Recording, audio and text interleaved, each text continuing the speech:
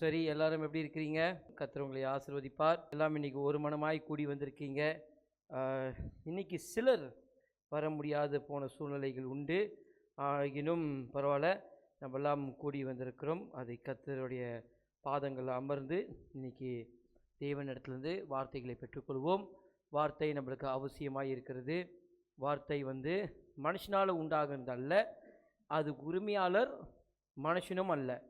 மனுஷன் பேசுகிற பாக்கியம் உடையவனாக இருக்கிறனால வார்த்தையை அவன்தான் உண்டாக்கினான் என்று அல்ல. இல்லைங்கதா? மனுஷன் பேசக்கூடியவனாக இருந்தபடினால மனுஷன் வார்த்தையை உண்டாக்கு. வார்த்தையானவர்னு ஒருத்தர் இருக்கிறார். ஆதியில் வார்த்தை இருந்தது. பைபிள் வசனம் புதிய ஏற்பாட்டில் அவ்விதமாக தான் ஆரம்பிக்குது. ஆதியிலே வார்த்தை இருந்தது. அப்போ யோவானுக்கு தேவன் அதை வெளிப்படுத்தும் பொழுது ஆவியானவர் அதோடைய ஆழங்களை வெளிப்படுத்துகிறார்.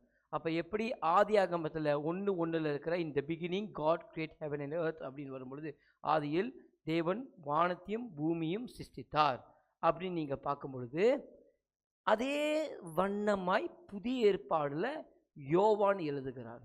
விளங்குதுங்களா? அப்போ அவர் எழுதும் போது ஆதியிலே வார்த்தை இருந்தது. அப்போ இந்த பிகினிங் காட், இந்த பிகினிங் வேர்ட். பழைய ஏற்பாடில் தேவன், புதிய ஏற்பாடில் அவர் யார்? வார்த்தை. அதனால தான் அது யார்? யோவான், அப்போஸ்தலர் யோவான் அதே வண்ணமாக எழுதுகிறார். ஆதியில் தேவன், இங்கே வார்த்தை இருந்தது. விளங்குதா? அந்த வார்த்தை தேவனிடத்துல இருந்து, அந்த வார்த்தையே தேவனாய் இருந்தது. அப்போ அந்த வார்த்தை தான் தேவன். அப்போ அந்த வார்த்தையை நம்ம எந்த அளவுக்கு அதை பலமாய் பிடித்து கொள்ளணும், எதனால அது நம்மளுக்கு அவசியம்ன்றதை நம்ம பல தடவை பார்த்துருக்குறோம். ஆனால் கவலையான விஷயம் என்னன்னா, இன்னைக்கு அநேக பேர் அந்த வார்த்தைக்கு எந்த முக்கியத்துவம் கொடுக்கறதல்ல, அந்த வார்த்தையை கேட்குறவர்களாக இருக்கிறோம். ஆமாம் இல்லையா? இன்னைக்கு எல்லாம் எதுக்கு வந்திருக்கீங்க? வார்த்தையை கேட்குறதுக்கு. நான் வேறு எதுக்கும் இல்லை. நீங்கள் எல்லாம் இன்னைக்கு சபைக்கு வந்திருக்கேன்.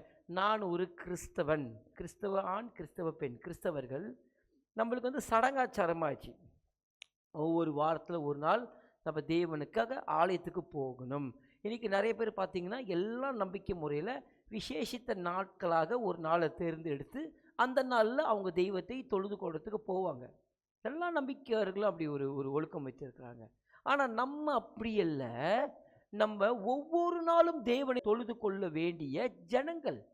நம்ம சனிக்கிழமை அன்னைக்கு மட்டும் நம்ம சூப்பர் ஸ்பிரிச்சுவல் ஆகிட்டோம்னா நம்மளுக்கும் அவங்களுக்கும் எந்த ஒரு வேறுபாடும் கிடையாது.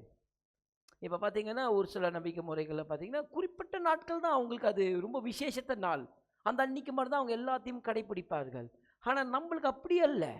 இது ஒரு ஸ்பிரிச்சுவல் ஜேர்னி, பயணம். அதாவது பிறப்பிலிருந்து இறப்பு வரைக்கும் உள்ள காலகட்டம் வரைக்கும் பார்த்தீங்கன்னா நம்ம தேவனை தொழுது கொள்ளணும். ஏன்னா செத்தவனை தேவனை துதிக்க முடியாதுல்ல. அப்போ உயிரோடு இருக்கிற நாளும் அளவும் நம்ம அவரை துதிக்கணும், அவரை தொழுது கொள்ளணும். அவருடைய வார்த்தையை நம்ம ஏன் பெற்றுக்கொள்ளணும் என்ற அந்த ஆழமான கருத்தை நீங்கள் அறிந்து கொள்வீர்களானால், நான் உண்மையை சொல்கிறேன், எந்த இடத்துல நீங்கள் இடறி போனாலும் இடறுதல் வரவே வராதுன்னு சொல்ல மாட்டேன். இடறல் வரவே வராதுன்னு சொல்ல மாட்டேன். பிரச்சனை வரவே வராதுன்னு சொல்ல மாட்டேன். போராட்டம் வரவே வராதுன்னு சொல்ல மாட்டேன். அதே மாதிரி தான் கவலைகள், சர்ச்சைகள், வேதனைகள், துக்கங்கள், துயரங்கள், இப்படி நீங்கள் எப்படி எத்தனையோ காரியங்கள் அடுக்கினாலும் அதெல்லாம் ஓய்ந்து போயிடுமா கேட்டால் இல்லை. ஏன்னா மனுஷ பிறவியிலே கர்த்தர் மனுஷன் இவ்விதமாய் தான் வாழ்ந்து இதையெல்லாம் எதிர்நோக்கி அதை சந்தித்து அந்த சவால்களாய் தாண்டி வரத்தக்கதாக தான் மனிதனை படைத்திருக்கிறார். கொஞ்சம் குண்டூசி குத்துனதுக்கு அப்புறம் ஐயோ அம்மா வலிக்குதுன்னு ஓடி போய் ஓடிறவர்களாக வைத்து இராணுவத்துக்கு அனுப்பி அழகு பார்க்க முடியுமா? அங்கே பீரங்கி தூக்கி சுடணும். இங்கே சும்மா வீட்டில் வெடிக்கிற பட்டாசுக்கே ஓடி போய் ஒளிஞ்சா போர்க்காலத்தில் போய் எப்படி புறமுகத்து தான் காட்டிட்டு ஓடியாரணும். அப்போ கவனிங்க அன்பான பிள்ளைகளே, நம்ம எப்படிப்பட்டவர்களாக இருக்க வேண்டும் என்றால் திருவசனத்தை கேட்கிறவர்களை மாற்றமல்ல. இன்னைக்கு அதுதான் செய்தி. இங்கே கவனிங்க, இது பிரசங்கம்னால தேவ வார்த்தை கேட்கணுமா, நான் இன்னைக்கு அதை பற்றி பேச வரல. அதை கேட்காதபடினால என்ன ஆச்சு, அந்த வார்த்தையை இந்த தானே அப்படி நீங்கள் நினைப்பீர்களானால் நம்புங்க, நீங்கள் வஞ்சிக்கப்படுவீர்கள். நான் சொல்லலை, வசனம் அவ்விதமாக தான் சொல்லுது. அதனால தான் நான் அதோடைய ஆழங்களை எடுத்துக்கொண்டு போய் நான் உங்களுக்கு காட்ட விரும்புகிறேன். அதான் நம்ம பிரசங்கத்தை பார்த்தீர்களானால் ஒரே நேரத்தில் நிறைய பேர் கேட்க மாட்டாங்க. அவங்களுக்கு ஒரு சிலருக்கு விருப்பம் இருக்காது. ஆனால் அந்த தேவ செய்தி வாரம் கொடுக்குற அந்த சாராம்சங்களையும் அதே போல் என்னுடைய பாணிகளையும் விளங்கி கொள்ளுவர்களுக்கு இதை கேட்கும் பொழுது அது அப்படியே உங்களுக்குள்ளால தேவன் பதிய வைப்பார், உங்களுக்குள்ளால அதை ஸ்டோர் பண்ண வைப்பார். நம்ம சபைக்கு வந்திருக்கோம், ஒவ்வொரு வாரம் நம்ம திருச்சபைக்குள்ள வந்திருக்கோம்னா, இன்னைக்கு இந்த நாளில் நான் வேற எங்கேயும் சுத்தாம திருச்சபைக்குள்ள உட்கார்ந்திருப்பேன். ஆனால் ஏதோ ஒரு நோக்கம் கர்த்தர் வைத்திருக்கிறார், ஏதோ ஒரு நோக்கம் உங்க வாழ்க்கையில வைத்திருக்கிறார். அதனால தான் நீங்க எங்கேயுமே போகாதபடிக்கு இன்னைக்கு இங்க கூடி வந்திருக்கிறீங்க. அப்ப நினைக்கலாம், ஒரு கேள்வி வரும், அப்ப வராதவர்கள் வர முடியாத சூழ்நிலையால சிக்கொண்டவர்கள் ஒன்றும் செய்ய முடியாது. ஆனாலும் இந்த வார்த்தை கேட்கணும்னு நினைக்கிறவர்கள் எப்படியும் கேட்டுருவாங்க. இந்த வார்த்தை இன்னைக்கு கர்த்தர் என்ன பேச வரார் அப்படின்றதே, உடம்பு சரியில்லைனாலும் அதை எப்படியாவது ஒரு எங்களை கேட்கணும்னு நினைக்கிறவங்க இருப்பாங்களே, அவங்களுக்கு சேர்த்து போயிடும். ஆனாலும் இங்க உட்கார்ந்திருக்கிற நீங்க கேட்குறீங்களா? கேட்கறது மட்டும்தான் இன்னைக்கு நம்மளுடைய வாழ்க்கையா? இன்னைக்கு அதுதான் நம்ம ஆராய்ச்சி பண்ண போறோம். நம்மளே பரிசோதித்து பார்க்க போறோம். நம்ம ஜென்ம சுபாவங்களை எப்படி இருக்குன்னு நம்ம பார்க்க போறோம். கண்ணாடியில ஊத்து பார்க்க போறோம். கண்ணாடியிலே பார்க்க போறோம், நான் யாரு. கண்ணாடியில பார்த்தா நீங்க யாரு நல்லா தெரியும். வெளியில பார்க்குற நம்மளுடைய தோற்ற முகம் அல்ல, உள்ளுக்கு இருக்கிற முகங்களும் கண்ணாடியில காட்டும். ஏனென்றால் நம்மளுக்கு எனக்கு தான் நான் யாருன்றது உண்மையாய் தெரியும். நான் ஊருக்கு வேஷம் போடுகிறவனா இல்லை ஊருக்கு வேஷம் போடுகிறவளா? நான் மற்றவங்க இடத்துல மின்னுக்க பார்க்கும்போது கரசனையாய் அன்பாய் இருக்கிற மாதிரி இருந்து உள்ளுக்கு பின்னாடி வேறு விதமான ஒரு மனுஷனாக இருந்தேன்னா அதில் எந்த அர்த்தமும் இல்லை. அப்போ நம்மள என்ன செய்யணும்? பரிசோதித்து பார்க்கணும், நிதானிச்சு பார்க்கணும். நம்மளை ஒவ்வொரு தரமும் தேவனுடைய வசனம் என்ற தராசலை வைத்து நம்ம எப்பொழுதுமே நிறுத்து கொண்டே இருக்கணும். We must always weight the scale of the word of God. தேவனுடைய வார்த்தை என்ற தராசலை ஏன் நின்றுட்டு நம்ம எப்பயுமே நம்ம எதை அளந்து பார்க்கணும். எந்த அளவுக்கு நான் இருக்கிறேன், அல்ல நீதியின் பாதையில் இருக்கிறேன் இல்லை அநீதி பாதையில் இருக்கிறேன்னா. ஏன்னா இன்னைக்கு அநேக பேர் நம்மளுக்கு என்ன செஞ்சிட்டாங்கன்னா, பல விதமான உபதேசங்களை நம்ம இடத்துல கொடுக்க ஆரம்பிச்சிட்டாங்க. ஏன் தெரியுமா என்றால், கடைசி காலங்களில் நம்ம புதிய ஏற்பாடு புத்தகம் ரொம்ப காரியங்களை எடுத்து பேசினதுல கள்ள உபதேசத்தை குறித்து எச்சரிக்கிறார்கள். அது இயேசுவும் சொன்னாரு, அப்போஸ்தலர்கள் எல்லோரும் சொன்னார்கள். வெளிப்படுத்தின விசேஷ புத்தகத்தை முதல் கொண்டு இருக்குது. ஏனென்றால் இந்த கள்ள உபதேசங்களுக்கு நீங்க உங்களை விலக்கி காத்துக்கொள்ளணும். ஆரோக்கியமான உபதேசங்களை நீங்க அதை ஏற்றுக்கொண்டு அதை கொண்டு உங்க வாழ்க்கையில் நீங்க மாற்றவர்களாக இருக்கணும். வசனத்துக்குள்ள நம்ம சொல்லலாம். யாக்கோபு 1:22. அல்லாமலும் நீங்கள் உங்களை வஞ்சியாதபடிக்கு திருவசனத்தை கேட்கிறவர்களாய் மாத்திரமல்ல, அதன்படி செய்கிறவர்களாயும் இருங்கள். திருவசனத்தை கேட்கிற மட்டுமல்ல, அதை செய்கிறவர்களாயும் இருங்கள். ஏனென்றால் இல்லை நீங்க வஞ்சிக்கப்படுவீர்கள். நான் உங்களுக்கு இந்த டேர்ம்ல அதை போட்டிருக்கேன். அந்த வசனத்தை, திருவசனத்தை கேட்கிறவர்கள் மட்டுமல்ல, நீங்க அதை செய்கிறவர்களாயும் இருக்கணும். நீங்க செய்யவில்லை என்றால் நீங்க வஞ்சிக்கப்படுவீர்கள். மீண்டும் ஒரு முறை வாசிங்க. அல்லாமலும் நீங்கள் உங்களை நீங்களே வஞ்சிக்காதபடிக்கு. மத்தவன் வஞ்சிக்கிறது இல்ல, நீங்களே உங்களை வஞ்சிக்கிறதுன்னு அர்த்தம் தெரியுமா? ஏமாத்திக்கிறது, உங்களுக்கு நீங்களே துரோகம் செய்து கொள்றது, நீங்க உங்களுக்கே அழிவை உண்டு பண்ணுகிறது, நீங்க உங்களுக்கே கேடு உண்டு பண்ணுகிறது. வஞ்சியாதபடிக்கு திருவசனத்தை கேட்கிறவர்களாய் மாத்திரமல்ல, அதன்படி செய்கிறவர்களாயும் இருங்கள். நீங்க உங்களுக்கு நீங்களே வஞ்சனை உண்டு பண்ணாதபடிக்கு, உங்களுக்கு நீங்களே வஞ்சிக்காதபடிக்கு, நீங்களே உங்களுக்கு கேடு உண்டாகாதபடிக்கு திருவசனத்தை கேட்கறது மட்டுமில்ல, அதை செய்கிறவளாயும் இருங்களாம். அப்ப நீங்க ஒண்ணு விளங்கி கொள்ளணும், நான் ஏன் வசனத்தை கேட்டு அது பிரகாரம் செய்யணும்னா, இல்லைன்னா நான் வஞ்சிக்கப்படுவீங்க. ஏன்? அப்ப வஞ்சனைக்கும் தேவனுடைய வசனத்தை கேட்டு செய்கிறதுக்கும் பெரிய சம்பந்தம் உண்டு. இன்னைக்கு ரொம்ப பேர் வஞ்சிக்கப்படுறதுக்கு காரணம் என்ன தெரியுமா? தேவனுடைய வசனத்தை கேட்டார்கள், ஆனால் பயன்பாட்டுக்கு செயல்பாட்டுக்குன்னு வரும் பொழுது அந்த வசனத்தின் பிரகாரம் தங்களுடைய வாழ்க்கையை வளைக்கும் பொழுது அவங்களுக்கு சிரமம் ஏற்பட்டு, இங்கதான் மனுஷனுக்கு கீழ்ப்படியாமை வருது. ஏன்? தேவனுடைய வார்த்தை இவ்வனமாய் தான் சொல்லுகிறது, இதன் பிரகாரம் நீங்க நடங்க அப்படின்னு ஒரு வசனம், ஒரு கட்டளை கொடுக்கும் பொழுது அந்த வசனத்தை கேட்டு நம்மளுக்கு அதுக்கு வளைய தயார இல்லை என்றால் கீழ்ப்படியாமை உருவாகும். கீழ்ப்படியாமை உருவாகும் பொழுது இப்ப நீங்க உங்க சிந்தையிலையோ இல்ல வெளியில் இருக்கிற வர்ற உபதேசங்களையோ அல்லது நீங்களே சொந்தமா கற்று தேறின உங்களுடைய ஞானத்துக்கு உட்பட்டு நீங்க கற்றுக்கொண்ட அந்த ஞானம் இப்ப உங்களே குழப்ப ஆரம்பிக்கும், உங்களுக்கு கேடு உண்டாக்க ஆரம்பிக்கும். எப்படி? உதாரணத்துக்கு சொன்னேன்னு, இது கான்ட்ரோவர்ஷியல், ஆனா கான்ட்ரோவர்ஷியலே இல்லை.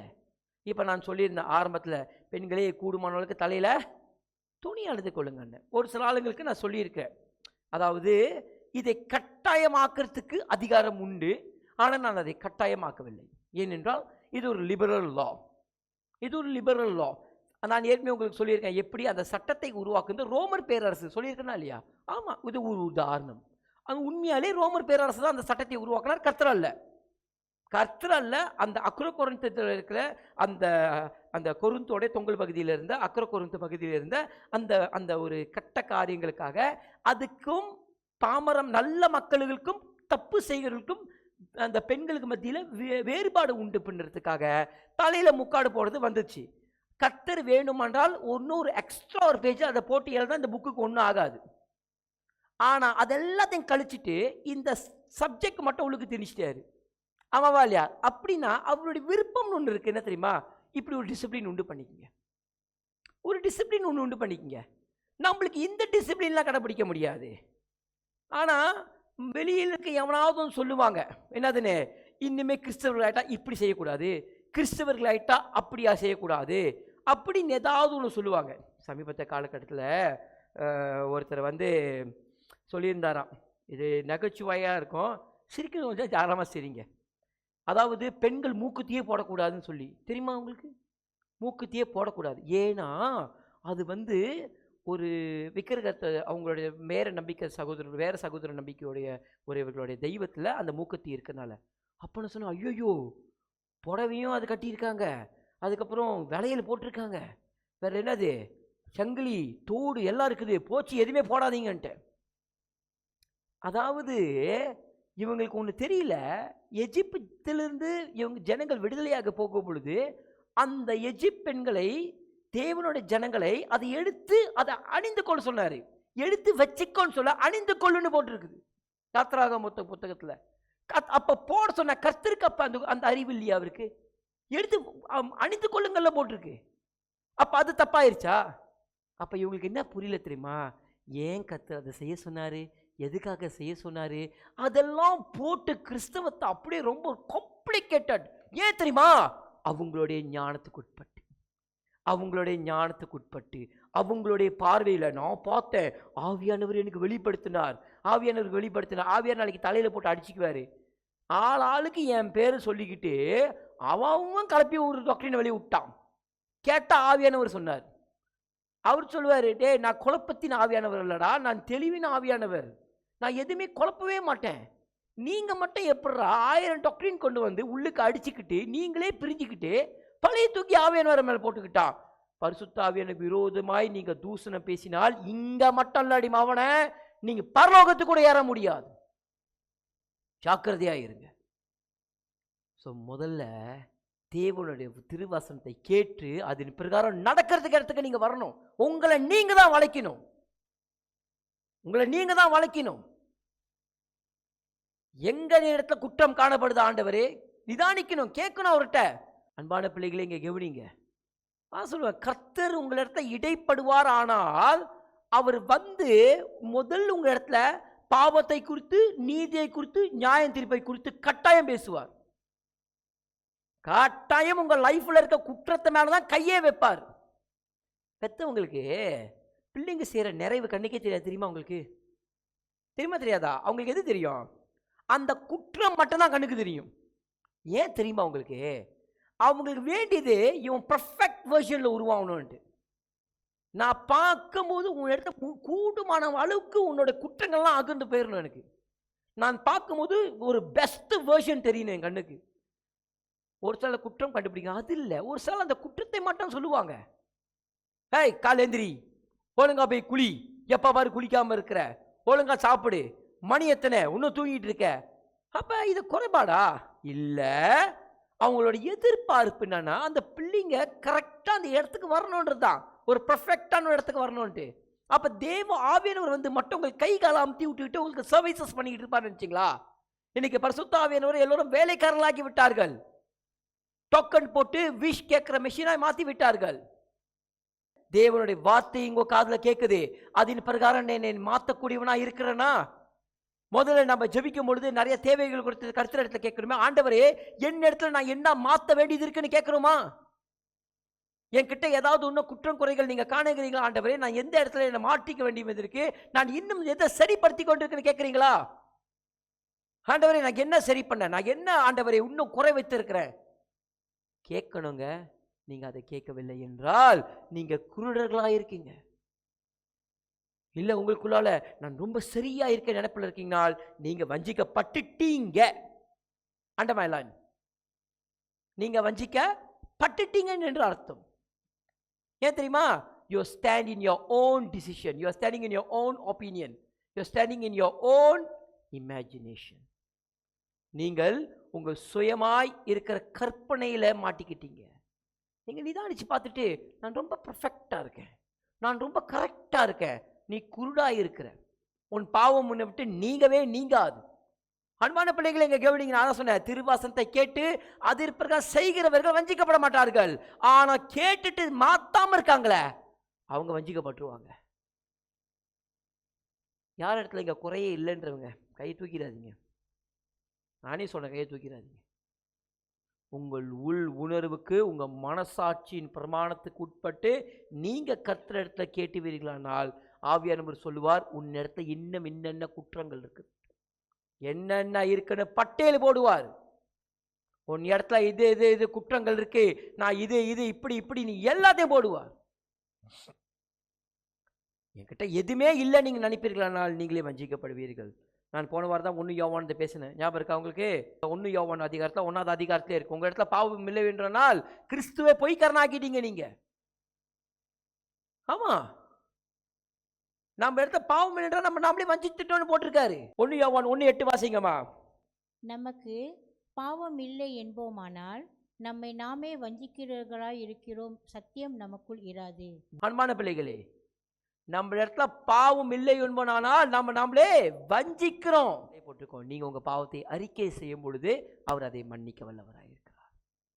நம்ம அறிக்கை இடுகிறோமா இல்லை என்கிட்ட எதுவுமே இல்லை கிளீனா இருக்கும் நினப்புல இருக்குமா? காத்து நாளைக்கு அவரே புறம்ப பிடிச்சாருன்னா அப்பதான் தெரியும். அன்பான பிள்ளைங்களை எங்க கவனிங்க, நம்ம நிதானிக்கணும். நம்ம இடத்துல முதல்ல குற்றங்கள் இருக்கா? நம்ம தேவனுடைய வார்த்தை கேட்டு அதன் பிரகாரம் செய்கிறவராய் இருக்குமா? ஆண்டவரே, நான் உங்களுடைய வார்த்தையின் பிரகாரம் சரியா நடக்கிறேனாப்பா, எங்கெல்லாம் குற்றம் இருக்கு, எதெல்லாம் நீங்க என்று சொல்லிட்டு வரீங்க. சிலர் ஆவியானுடைய சத்தத்தை கேட்கணும் என்று ஆசை உடையவர்கள் எத்தனையோ பேர் கர்த்தர் பேசுறாரு கர்த்தர் பேசுறாருன்றாங்க, கேட்கவே முடியலையே. அவன் சொல்றான் கர்த்தர் பேசுறாரு, நான் கேட்குறேன் பேசவே மாட்டேன்றாரு. இப்படியும் ஒரு போராட்டம் அநேக பேத்துக்கு இருக்கு. பேசுகிறவன் பேசுறாருன்னு சொல்கிறான், கேட்காதவன் அவர் பேசவே இல்லைன்றான். வசனம் சொல்றது அவர் பேசுகிற தேவன், அவர் நம்மளை நேசிக்கிற தேவன், நம்மளோட பேசுகிற தேவன். ஒன்று, ஒருவேளை அவன் பேசுகிறவன் உண்மையிலே கர்த்தர் அவன் இடத்துல பேசுவாரானால், அவன் கர்த்தர் இடத்துல கேட்டு பெற்றுக்கொள்வான்னு இருக்கிறவனானால் அவனுடைய கனி காட்டி கொடுக்க அவன் யாருன்ட்டு அவன் தேவன் காட்டி கொடுப்பார். இவன் எப்படிப்பட்டவன் பாரு. குற்றம் குறைகளை வைத்து நிதானித்து பார்க்காதீங்க, அவன் கனிகளை வைத்து நிதானித்து பாருங்க. விளங்குதா? அவனுடைய குற்றம் குறைய வைத்தல்ல, அவன் கனியை வைத்து அவனை நிதானித்து பாருங்கள். இன்னைக்கு நம்ம என்ன செஞ்சிட்டோம்? அவன் குறைகளை எடுத்து முன்னுக்கு பார்க்க ஆரம்பிச்சிட்டான். அதான் கர்த்தர் சொன்னாரு, உங்கள் மத்தியில குறைவு இருந்தால் ஒருவருக்கு நான் உங்களை ஏத்து, நீங்க அவனை ஏத்து. எக்ஸ்கியூஸ் மீ, ஹல்லேலூயா. கேவனிங்க என்ன கர்த்தர் சொல்றாரு, உங்களுக்குள்ளால் யார குறை உள்ளவனா இருந்தானா, அவன் குறை உள்ளவனானுக்கா பலவீனனா இருந்தானா, நான் உன்னை ஏத்துக்கிட்டல, நீ அதே மாதிரி அவனை ஏத்துக்கன்ற. நீ அவனை ஜட்ஜ் பண்ணு நான் சொல்லல. ஏன்னா எல்லாரிடத்திலும் குறைகள் உண்டு. ஆனால் நீங்க அவங்களை ஏற்றுக்கொண்டுட்டீங்களா? உங்களால் அவங்களை நேசிக்க முடியுதா? இல்லை, நான் உயர்ந்த ஜாதி. சிலர் இருக்காங்க, சில டினாமினேஷன்ஸ் உள்ளவர்கள், நாங்களாம் உயர்ந்த பிலீஃப் சிஸ்டம், நாங்கள் கிறிஸ்தவர்களே உயர்ந்தவர்கள், ஜாதி வெறி பிடித்தவர்கள். யாரோட போய் கை கொடுக்க மாட்டாங்க. அவங்கள பொறுத்த வரைக்கும் மற்ற சபையெல்லாம் மட்டமான சபை, ஜாதி வெறி பிடித்தவர்கள். அந்த சபைக்கும் கர்த்தர் தான் ஆண்டவர், இங்கேயும் அதே கர்த்தர் தான் ஆண்டவர். ஒரே சரீரத்துக்குள்ளால சபைன்றது கர்த்தரோட சரீரம். ஒன்னு காலு, ஒன்னு கை, ஒன்னு கண்ணு, ஒன்னு மூக்கு, ஒன்னு வா, ஒன்னு பல்லு, ஏதோ ஒரு அவயமா இருக்குது. அந்த எண்ணம் இருக்குதா? பவுல் கேட்கிறாரு, நான் மேன்மை பாராட்ட முடியுமா? நாம எப்படி செய்யறோம்? நாங்க தான் பெஸ்ட் திருச்சபை, அந்த பக்கத்து சபைக்கு போகாதீங்க, அது தப்பான சபை. அந்த சபையும் கர்த்தர் ரத்தத்தை, அதே ரத்தத்தை கொண்டுதான் விலைக்கரமா செலுத்தி வாங்கினார், இதையும் அப்படிதான் வாங்கினார். துணிகரமை மற்ற சபையை தூசண பேசிக்கிறீங்க, நான் கழுவி போயிடாது. அன்பான பிள்ளைகளே, இங்க கேளுங்க, முதல்ல நீங்க ஒருத்தர் ஏற்றுக்கொள்ளுகிறவர் இருப்பீங்களா? எல்லாத்தையும் ஒரே மாதிரி ஏற்றுக்கொள்ளுங்க. இன்னைக்கு ஏற்றுக்கொள்ள மனதில்லை. பிரசங்க மேடை கேட்டா மட்டும் ஏதோ உலகத்திலே தலை சேர்ந்த ஞானம் பெற்றவர்கள் பரிசுத்தாவினர் அங்க மட்டும் குடியிருந்து வாழுகிற மாதிரி அவருடைய கூடாரத்தை அங்கதான் போட்ட மாதிரி பேசுவாங்க. அன்பை குறித்து, மற்றவர்களை ஏற்றுக்கொள்வர்களை குறித்து, அன்பை காட்டுறது குறித்து பேச்சு மட்டும்தான், செயல்ல ஒன்றும் கிடையாது. எல்லாம் வெள்ளை அடிக்கப்பட்ட கல்லறைகள். அன்பான பிள்ளைகளே, முதலாக நம்ம தேவனுடைய வசனத்தை கேட்டு நம்மளை மாற்றுகிறவர்களாக இருக்கணும். அவர் வசனத்தை சொல்லும் பொழுது, உன்னிடத்துல இந்த குறையை நான் காணுகிறேன்னு சொல்லும் பொழுது அதை கேட்டு நம்மளை மாற்றணும். மாற்றுறது உன் கையில் தான் இருக்கு, அவர் கையில் இல்லை. எல்லாத்தையும் அவரே செய்கிறவர்களால் நீ எதுக்கு பிறந்த, நீ எதுக்கு வளர்ந்த, நீ எதுக்கு சாப்பிட்ற, நீ எதுக்கு வளர்ற? அவர் இன்னும் வீட்டு வேலைக்காரன் இல்லை. கை கால் அமுத்தி விட்டு உன்னை எல்லாத்தையும் நகட்டி கொண்டு போய் செய்யறதுக்கு நீ மனுஷன். ஒரு நாயே ஒருவேளை வெளியே விட்டுட்டா அது சாப்பாடு தேடி அதுவே போகுது. அதுவே தன் சொந்த 4 காலில் நடந்து போகுது. இண்டிபெண்டனாக தான் வாழுது. வேற நாயை நம்பி அது வாழல. நான் அதான் உங்களுக்கு சொன்னேன், ஓ இவர் கள்ள உபதேசம் பண்றாரு என்னதுன்னு. ஓ இவர் சொல்லிட்டாரு என்னதுன்னா எதுவுமே கர்த்தர் செய்ய மாட்டாரா அப்படின்னு. கர்த்தர் நீங்க ஒரு படி வச்சா அடுத்தது கர்த்தர் உங்களுக்கு ஆசீர்வதிப்பார், அதை செய்வார். நீ எதுவுமே செய்யாம, ஓகே அப்பதான் சொன்ன கான்ட்ரோவர்ஷியலா ஒரு ஸ்டேட்மெண்ட். ரொம்ப சிம்பிள். வேலைக்கு போகாதீங்க, வீட்டில் உட்காந்துருங்க, ஒண்ணுமே செய்யாதீங்க. வேலைக்கு எல்லாம் போகக்கூடாது. உங்க வீட்டு வாடகை காசு, காடி காசு, காடிக்கு பெட்ரோல், சாப்பாடு காசு, உன் பிள்ளை ஸ்கூல் ஃபீஸ், இது எல்லாத்தையும் கர்த்தரே உங்க பேங்க் அனுப்புவார். தைரியம் இருக்கா? முடியுமா? இல்ல அது எப்படி முடியும்? வேலைக்கு போனாதான் கொடுப்பா. அது சொல்ல தெரியுதுல்ல. அங்க மட்டும் உங்க உழைப்பு இல்ல, அங்க கிரியை இல்ல. சில நேரத்தில் எல்லோரும் ஈஸியாய் தப்பிக்கிறதுக்கு, தங்க செய்யற தவறுகளை, தங்களுடைய பலவீனங்களை மூடி மறைக்கிறதுக்கு பழைய தூக்கி எல்லாம் ஆண்டவரோடுது தூக்கி அங்க போட்டுருது. எப்படிங்க குடும்பம் ஓடுது? கிருபையில ஓடுது. கிருபையில தான் ஓடுது. மற்றவனுங்களாம் பெட்ரோல் டீசல்லையா ஓடிட்டு இருக்கு. அப்ப சீனன் வாழ்ந்துட்டு இருக்காங்க, மலாய்க்காரங்களும் வாழ்ந்துட்டு இருக்காங்க, அவங்களாம் கிருபையில ஓடிட்டு இருக்காங்க. என்னது அன்பான பிள்ளைகள், இங்க கவனிங்க. கிருபை என்றது நம்ம ரட்சிப்புக்காக கொடுக்கப்பட்டது. ரட்சிப்புக்காக கொடுக்கப்பட்டு தான் கிருபை. கிருபை பெற கிருபை பட்டிருக்கோம். அந்த கிருபையை பெறத்துக்கே நம்ம கிருபை பட்டிருக்கோம். அப்ப விளங்கி கொள்ளுங்க, கிருபையை அசட்டை பண்ணாதீங்க. நீங்க ரொம்ப பேர் ஈஸியா கிருபையை அசட்டை பண்ணிடுறாங்க. எதுக்குங்க கிருபை? ஒரு சில எது கேட்டாலும் கிருபை கிருபை, நான் என்ன வேணா செய்வேன் கிருபை. இது பைத்தியம், மனநிலையில பாதிக்கப்பட்டது. கிருபை என்றால் என்ன தெரியாத அறிவில்லாதவர்கள். அன்பான பிள்ளைங்களே, இங்க கவனிங்க. ஆண்டவர் உங்களோட பேசிக் கொண்டிருக்கிறார், உங்க ஆத்மாவோட பேசிக் கொண்டிருக்கிறார், உங்க வாழ்க்கையோட பேசிக் கொண்டிருக்கிறார். இன்னைக்கு நிறைய பேத்துக்கு வாழ்க்கை முடியும் போதுதான் வாழ்க்கைனா இதுதானான்னு கேள்வியே வருது. இன்னைக்கு நீங்க மாத்தலாம், என்னைக்கு மாத்துவீங்க? இன்னைக்கு மாத்தலனா என்னைக்கு மாத்துவீங்க? இல்ல தேவன் வானத்திலிருந்து குதிச்சு வந்து உங்க வீட்டு முன்னுக்கு நின்று உனக்கு என்ன வேணும்னு சொல்லி கேட்டு அவர் உங்களுக்கு மாத்தி கொடுங்க எதிர்பார்த்துக்கிட்டு இருக்கீங்களா? உங்க வாழ்க்கையில மாற்றம் வேணுமானால் நீங்க தான் ஜெபிக்கணும். ஆண்டவரத்துல, ஆண்டவரே என் வாழ்க்கை மாற்றணும், அதுக்கு நான் என்ன செய்ய? எங்கேயாவது தேவன் இறங்கி வந்து அந்த காரியத்தை அவரே செய்து கொடுத்தாருன்னு இருக்குதா? அவங்க ஜெபித்தார்கள், அவங்க ஜெபத்துக்கு பதில் கிடைத்தது. என்ன செய்யணும்ன்றதை கர்த்தரை சொல்லுவார். எல்லை மீறி போகும் பொழுதுதான் தேவன் தூதர்களை அனுப்புவார். அதுக்கு மேல போயிட்டா அவரே வருவார். உங்களுக்கு என்ன சோதம் குமரா லெவலுக்கு பிரச்சனை என்னது அவர் இறங்கி வரத்துக்கு? இல்ல உயிரை போற தருணமா? அன்பான பிள்ளைகளை இங்க கவனிங்க. நம்ம கர்த்தரை ஏதோ வேலைக்கார மாதிரி எடுத்துட்டோம். வேலைக்கார மாரி நான் சொன்ன உடனே அவர் செஞ்சிடணும். அவர் வேலைக்காரன் கிடையாது. அவரு சேனைகளின் கர்த்தர். அந்த சேனையோட கணக்கு என்னன்னு தெரியுமா? எத்தனை கோடி கோடி கோடி பேர் இருக்காங்கன்னு தெரியாது. அந்த சர்வ சேனையை ஆண்டுட்டு இருக்க கர்த்தர் அவரு. உன் வீட்டு வேலைக்காரன் இல்ல. ஆண்டவரே இதை கொடுங்க, ஆண்டவரே அது கொடுங்க, ஆண்டவர் இதை செய்யுங்க, ஆண்டவர் அதை செய்யுங்க. நீ என்ன செஞ்ச? நீ என்ன செஞ்ச? கவனிங்க. என்ன திருவசனத்தை கேட்டு அதன் பிரகாரம் நீங்க செய்யாவிட்டால் உங்களை பிசாசு வஞ்சித்திரும். அதுக்கு முதல்ல என்ன செய்யணுமா? வேதத்தை வாசிக்கணும், படிக்கணும், அவருடைய சத்தியத்தை அறிந்து கொள்ளணும். கூடுமானவர்களுக்கு படிக்க சோம்பேறியா இருந்தாலும் செய்தியை போட்டு கேட்கணும். இங்க போட்டு கேட்டுட்டு அங்க வேலை செய்யறது இல்லை. எனக்கு தெரிஞ்சவங்க இருக்காங்க, எனக்கு தெரிஞ்ச ஒரு தம்பி இருக்கிறாரு. அந்த பையனுக்கு உண்மையாக நேரமே கிடையாது. ஆனா போட்டு நுனிப்பா தெளிவா கவனிச்சுக்கிட்டே இருப்பான். படிப்பறிவு கிடையாது. ஆனா அந்த பையனுக்கு அப்படி ஒரு ஞானம். ஏன்? சத்தியத்தை அறியணும், கத்துக்கணும், அது தெரிஞ்சுக்கணும். நான் சும்மா உட்காந்துருந்தேன், கர்த்தர் எனக்கு வசனத்தை கொடுத்தாரு, நான் தானா பேச ஆரம்பிச்சிட்டேன்னு சொல்றதுக்கு எதுனா கர்த்தர் நான் மாயஜாலம் பண்றவரா? அவர் அற்புதம் செய்வாரு. எப்ப? நீ உழைக்கணும். அதுக்கு need to pay a price for you to gain something. நீ ஒரு விலைக்கரத்தை செலுத்த தயாரா இருக்கணும். நீங்க என்ன விலைக்கரையை செலுத்த போற நீங்க யோசிங்க. வேதத்திலிருந்து ஒரு உதாரணத்தை பார்க்கலாம். எடுத்து வாசிங்க என்னோட. 1 ராஜாக்கள் 3:9. ஆகையால் உமது ஜனங்களை நியாயம் விசாரிக்கவும் நன்மை தீமை இன்னதென்று வகையறுக்கவும் அடியேனுக்கு ஞானமுள்ள இருதயத்தை தந்தருளும். ஏராளமாய் இருக்கிற இந்த உமது ஜனங்களை நியாயம் விசாரிக்க யாராலே ஆகும் என்றான். சாலமோன் கேட்கிறாரு, எனக்கு ஞானத்தை கொடுங்க ஆண்டவரே, உங்க ஜனங்களை நான் நியாயம் தீர்க்க வேண்டும். அவரோட ஜெபத்துக்கு பதில் வந்ததா வரலையா? வந்தது. 11 வசனத்தை வாசிங்க. 11 1 ராஜாக்கள் 3:11.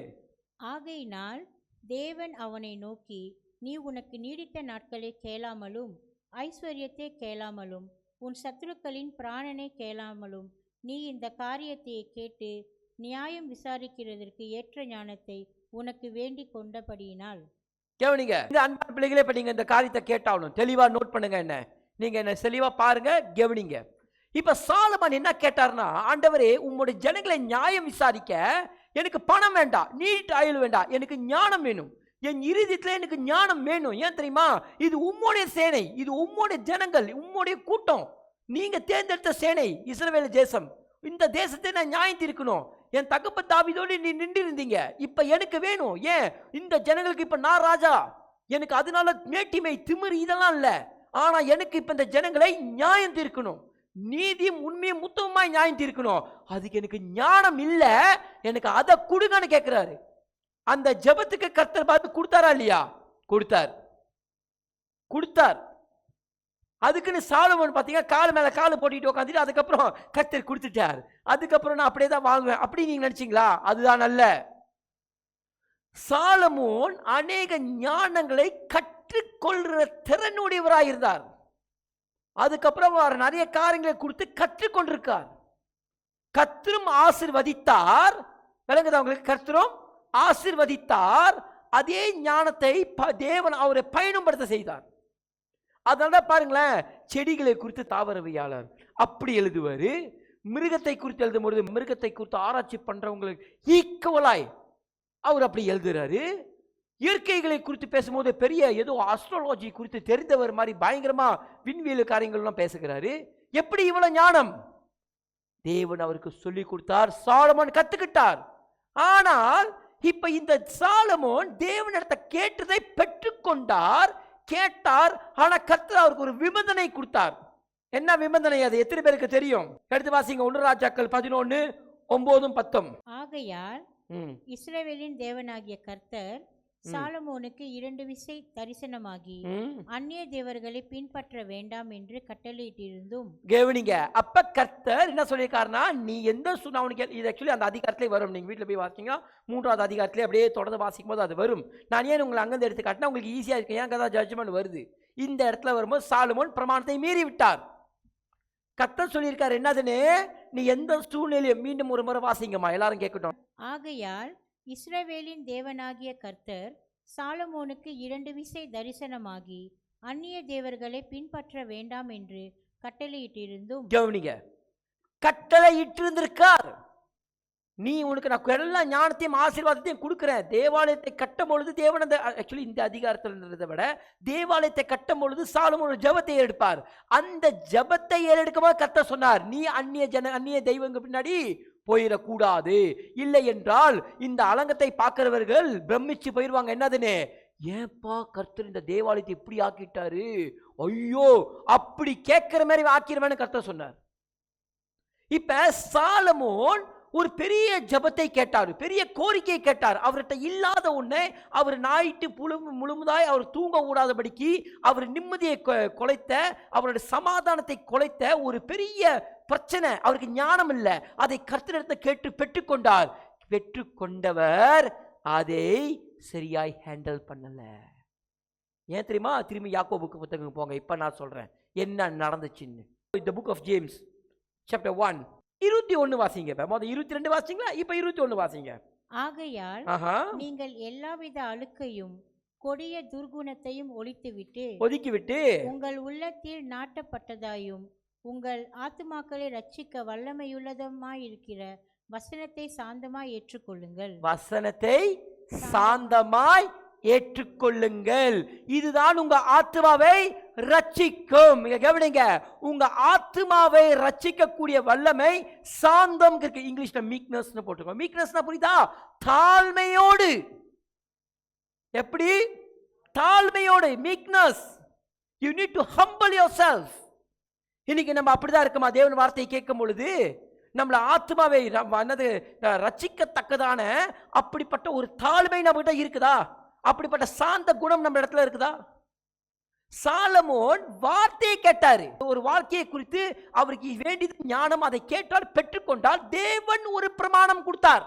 நான் இதெல்லாம் உனக்கு தந்துட்டேன் சாலமோன், நீ கேட்கிற உன்னோட கோரிக்கை உலகத்துல எந்த மூலையிலிருந்து இந்த தேவாலயத்தை நோக்கி ஜெபம் ஏறெடுக்கும் பொழுது அது பரலோகத்திற்கு தேவன் அதை கேட்கணும். சரி, செஞ்சிடுறேன். நீ ஒன்னு செய், விக்கிரகத்துக்கிட்ட மட்டும் போகாத, அந்நிய தெய்வத்துக்கிட்ட போகக்கூடாது. ஓகேன்னு சொல்லியாச்சு. இருதயத்துல அது நிக்கலங்க. என்ன பண்ணல? இருதயத்துல அது நிக்கல. நீங்க கவனிங்க. சரி, நேரத்தில் நம்மளும் கர்த்தர் இடத்துல கேட்கணும் தான். கர்த்தர் இடத்துல ஜபிக்கும் பொழுது நிறைய கோரிக்கையோட பெருசு பெருசா பயங்கரமா கேட்கறோம் தான். ஆவியானவர் சாட்சி கொடுக்க சொல்றோம் தான். அவர் திரும்பி ஒண்ணு கேட்டிருப்பாரு. அதை நம்ம தாழ்மையோடு அந்த அந்த சம்பல்னஸ் மீக்னஸோட நம்ம ஏற்றுக்கொண்டோமா? அதை கேட்டு செய்கிறவர்களா இருந்தோமா? இவன் சோலமன் அதனால தாங்க மிஸ் ஆயிட்டார் இந்த கதையில. அவர் சோலமன் இடறி போனதுக்கு ஒரே காரணம் அதை சாந்தமா ஏற்றுக்கொள்ளல. ஏனென்றால் நான் இதை சொல்லி புரியணும், நீங்க கொஞ்சம் வாசிக்கணும். அந்த 1 ராஜாக்கள் 11வது அதிகாரம் 9-10 மீண்டும் வாசிங்க. ஆகையால் இஸ்ரவேலின் தேவனாகிய கர்த்தர் சாலமோனுக்கு 2 விசை தரிசனமாகி அந்நிய தேவர்களை பின்பற்ற வேண்டாம் என்று கட்டளையிட்டிருந்தும் அவன் கர்த்தரை விட்டு தன் இருதயத்தை திருப்பி அவர் கற்பித்ததை கை கொள்ளாமல். அந்த வசனம் தெளிவாக சொல்லுது பாருங்க. அவன் கர்த்தரை விட்டு தன் இருதயத்தை திருப்பி. கர்த்தர் திருப்பல, பிசாசு திருப்பல, அவன் திருப்புறான். சாலமோன் திருப்புகிறார், அவரே திருப்புகிறார். ஏன் தெரியுமா? அந்த இருதயத்துல அங்க நம்ம யாக்கோபு எழுதுமா படிச்ச ஞாபகம் இருக்கா இல்லையா? இயேசுவோட சகோதரன் தான் அந்த யாக்கோபு. அவர் எழுதுகிறார் என்னதுன்னு? மீக்னஸ் இல்ல. அந்த மீக்னஸ் இருந்திருந்தா இருதயம் திரும்பி இருக்காது. அதான் சொன்னேன், நீங்க கேட்டு பெற்றுக்கொண்ட, இப்ப நான் இதை சொல்ல போகிறேன். நீங்க கேட்டு பெற்றுக்கொள்கிறீங்களே, இந்த காரியம் உங்களை வஞ்சிக்க கூடும். நீங்கள் கேட்டு பெற்றுக்கொண்டதை நீங்கள் அதை சரியா ஹேண்டில் பண்ணலனா, அதை நீங்க தாழ்மையாய் சாந்தமாய் நீங்க அதை ஏற்றுக்கொள்ளவில்லை என்றால் அது உங்களை வஞ்சிக்க ஆரம்பிச்சிடும். சாலமன் வஞ்சிக்கப்பட்டாரா இல்லையா? வஞ்சிக்கப்பட்டார். எப்படி தெரியுமா? தன் இருதயத்தை அவரே தேவனோடு திரும்புறார். கர்த்தர் சொல்லிட்டாரு, பெரிய பெரிய சாட்சிகளை கொடுத்துட்டாரு. உலகத்திற்கு கடைசி கரையாந்த வரைக்கும் பெரிய பெரிய ஞானவான்கள், பெரிய பெரிய அழகிகள்லாம் தேடி வந்துட்டாங்க. எல்லாம் வந்தாச்சு. அவருடைய ஞானத்துக்கு உலகம் அடிமையே ஆயிடுச்சு. உலகமே அவரோட ஞானத்துக்கு அடிமை. பெரிய செல்வந்தன் தாவீது அடிச்சாட்டி இவரோட ராஜ்யவரம் போரே வரல. அப்படிப்பட்ட ஒரு பெரிய செல்வந்தம், சந்தோஷமான வாழ்க்கை. இப்ப இருதயம் பிசாசின் இடத்துல திரும்புது. அவரே திருப்புகிறார். ஏன்? சாந்தம் இல்ல, அந்த மீக்னஸ் இல்ல, தாழ்மை இல்ல இருதயத்துல. இப்ப அவர் கொடுத்தார் பாத்தீங்க அந்த பிரமாணம், இது வேலை செய்யல இருதயத்துக்குள்ள. அந்த பிரமாணம் இருதயத்தில் நிக்கல. இப்ப அவர் இதை பெற்றுக்கொண்டார் தெரியுமா உங்களுக்கு? ஞானம். இப்ப அதே ஞானம் இந்த இடத்துல வேலை செய்யாத காரணம் என்ன தெரியுமா? அவருக்கு இருதயத்துல, அவருடைய இருதயத்துல மீக்னஸ், சாந்தம் இல்ல, அந்த தாழ்மை இல்ல, இருதயத்துல இல்ல அது. அதனால்தான் இப்ப நான் சொன்னேன், நீங்க கேட்டு பெற்றுக்கொண்ட அதே ஞானம், சாலமன் கேட்டு தன் வாழ்க்கையில பெற்றுக்கொண்ட அதே ஞானம் அவரோட சொந்த வாழ்க்கையும் அழித்து போட்டு அங்க அழிச்சிருச்சு. ஏன்? பயம் இல்ல, ஞானம் முடிவுனார் தான். என்னது யோசிச்சிருக்கணும்? என்னதுன்னு? ஐயோ நான் செய்கிறது பாவம். ஏன்னா கர்த்தர் ஜட்ஜ்மென்ட் படிக்கிறாரு. 10 வாசிங்க. அவர் கற்பித்ததை கை கொள்ளாமல் போனதினால் கர்த்தர் அவன் மேல் கோபமானார். அதுக்கு வேற அதிகாரத்தை வாசிச்சீங்கன்னா ஒரு இடத்த கூட சாலமன் கவலைப்பட்டார், துக்கமா மாறினார், எதுவுமே இருக்காது. இப்ப நான் இதை ஒரு கற்பனையா உங்க இடத்துல வைக்க விரும்புகிறேன். சிலத்தை கர்த்தர் நம்ம இடத்துல ஒரு சில காரியங்களை எதிர்பார்ப்பார், இல்லைன்னும் போது கர்த்தர் கோபம் அடைவார், நம்மளை திருத்துவார், சரிப்படுத்த நினைப்பார், எல்லாம் உண்டு. ஆனால் அவர் எதிர்பார்க்கறதெல்லாம் தவறு நடந்ததுக்கப்புறம் ஆதாம் கர்த்தருடைய குமாரன் ஆதாம், ஆடம் சன் ஆஃப் காட் அப்படி தான் போட்டிருக்குது. ஆதாம் தேவனின் குமாரன் அப்படி தான் போட்டிருக்கு, த சன் ஆஃப் காட்.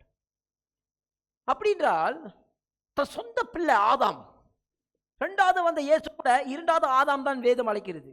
அப்ப அந்த ஆதாம் விசேஷித்த மனுஷனா இல்லையா? அவன் செய்த பாவம் தேவனுடைய பிரமாணத்தை மீறி அந்த பழத்தை சாப்பிடும் பொழுது கூட, நன்மை தீமை அறியத்தக்க பழத்தை சாப்பிடும் போது கூட கர்த்தர் ஆதாமை தள்ளல. அவன் முகம் எப்படி ஆச்சுன்றதான் பார்த்தார். நான் ஏற்கனவே உங்களுக்கு ஒரு பிரசங்கமாய் கொடுத்திருக்கிறேன். தேவன் ஆதாம், நீ பழத்தை அந்த நான் ஒன்று விளக்கின கனியை நீ சாப்பிட்டியான்னு கேட்கும் பொழுது, ஆமா சாப்பிட்டேன், என்னை மன்னிச்சிருங்க சொன்னா, நான் ஏற்கனவே சொன்ன ஸ்டாரி வேற. அவன் எடுத்தவனே கை காட்ட ஆரம்பிச்சிட்டான், மற்றவங்களை குற்றப்படுத்த ஆரம்பிச்சிட்டான், கை மற்றவங்க போக ஆரம்பிச்சிருச்சு. தான் குற்றம் பண்ணதை தேவனத்தை ஒட்டுக்கொள்ள மனம் இல்லை. என் வார்த்தை விளங்குதா?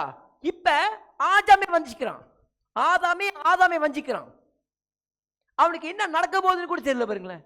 Back to Solomon. அப்ப சாலமன் அவரு வஞ்சித்ததுக்கு காரணமே தன்னுடைய ஞானம்.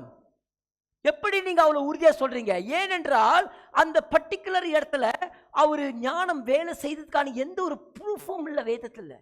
ஒரு இடத்துல கூட சாலமன் தன் ஞானத்தை கொண்டு கவலைப்பட்டார், ஞானத்தை கொண்டு தன் தேவனிடத்தை மனம் திரும்பினார். நியாயத்துக்கு ஞானமே தேவையில்லை. கர்த்தரும் கோபம் கொண்டுட்டாரு, கர்த்தர் ஆத்திரம் ஆயிட்டாரு. நான் செய்யக்கூடாத ஒரு தவறை செய்து விட்டேன் என்றால் ஒரு சாதாரண மனுஷனுக்கு தெரியும், ஒரு பாவிக்கும் தெரியும். என்னதுன்னு? நான் கர்த்தரோட போய் ஒப்பிடுறாயிரணும், அதுக்கு ஏற்ற பலிகளை செலுத்தினோம். பழைய ஏற்பாடு என்றால் புதிய ஏற்பாடுனா மன்னிப்புக்கு மனம் திரும்பி இருக்கணும். சாலமன் அதை செய்யல. ஏன்?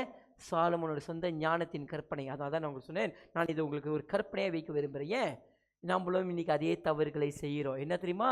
கர்த்தருடைய கிருபைகளை அசட்டையா வீதியில் வழங்குறோம். அன்னைக்கு நாமத்தை வீதியில் வழங்கினாங்க, இப்ப கிருபையை வீதியில் வழங்க ஆரம்பிச்சிட்டாங்க.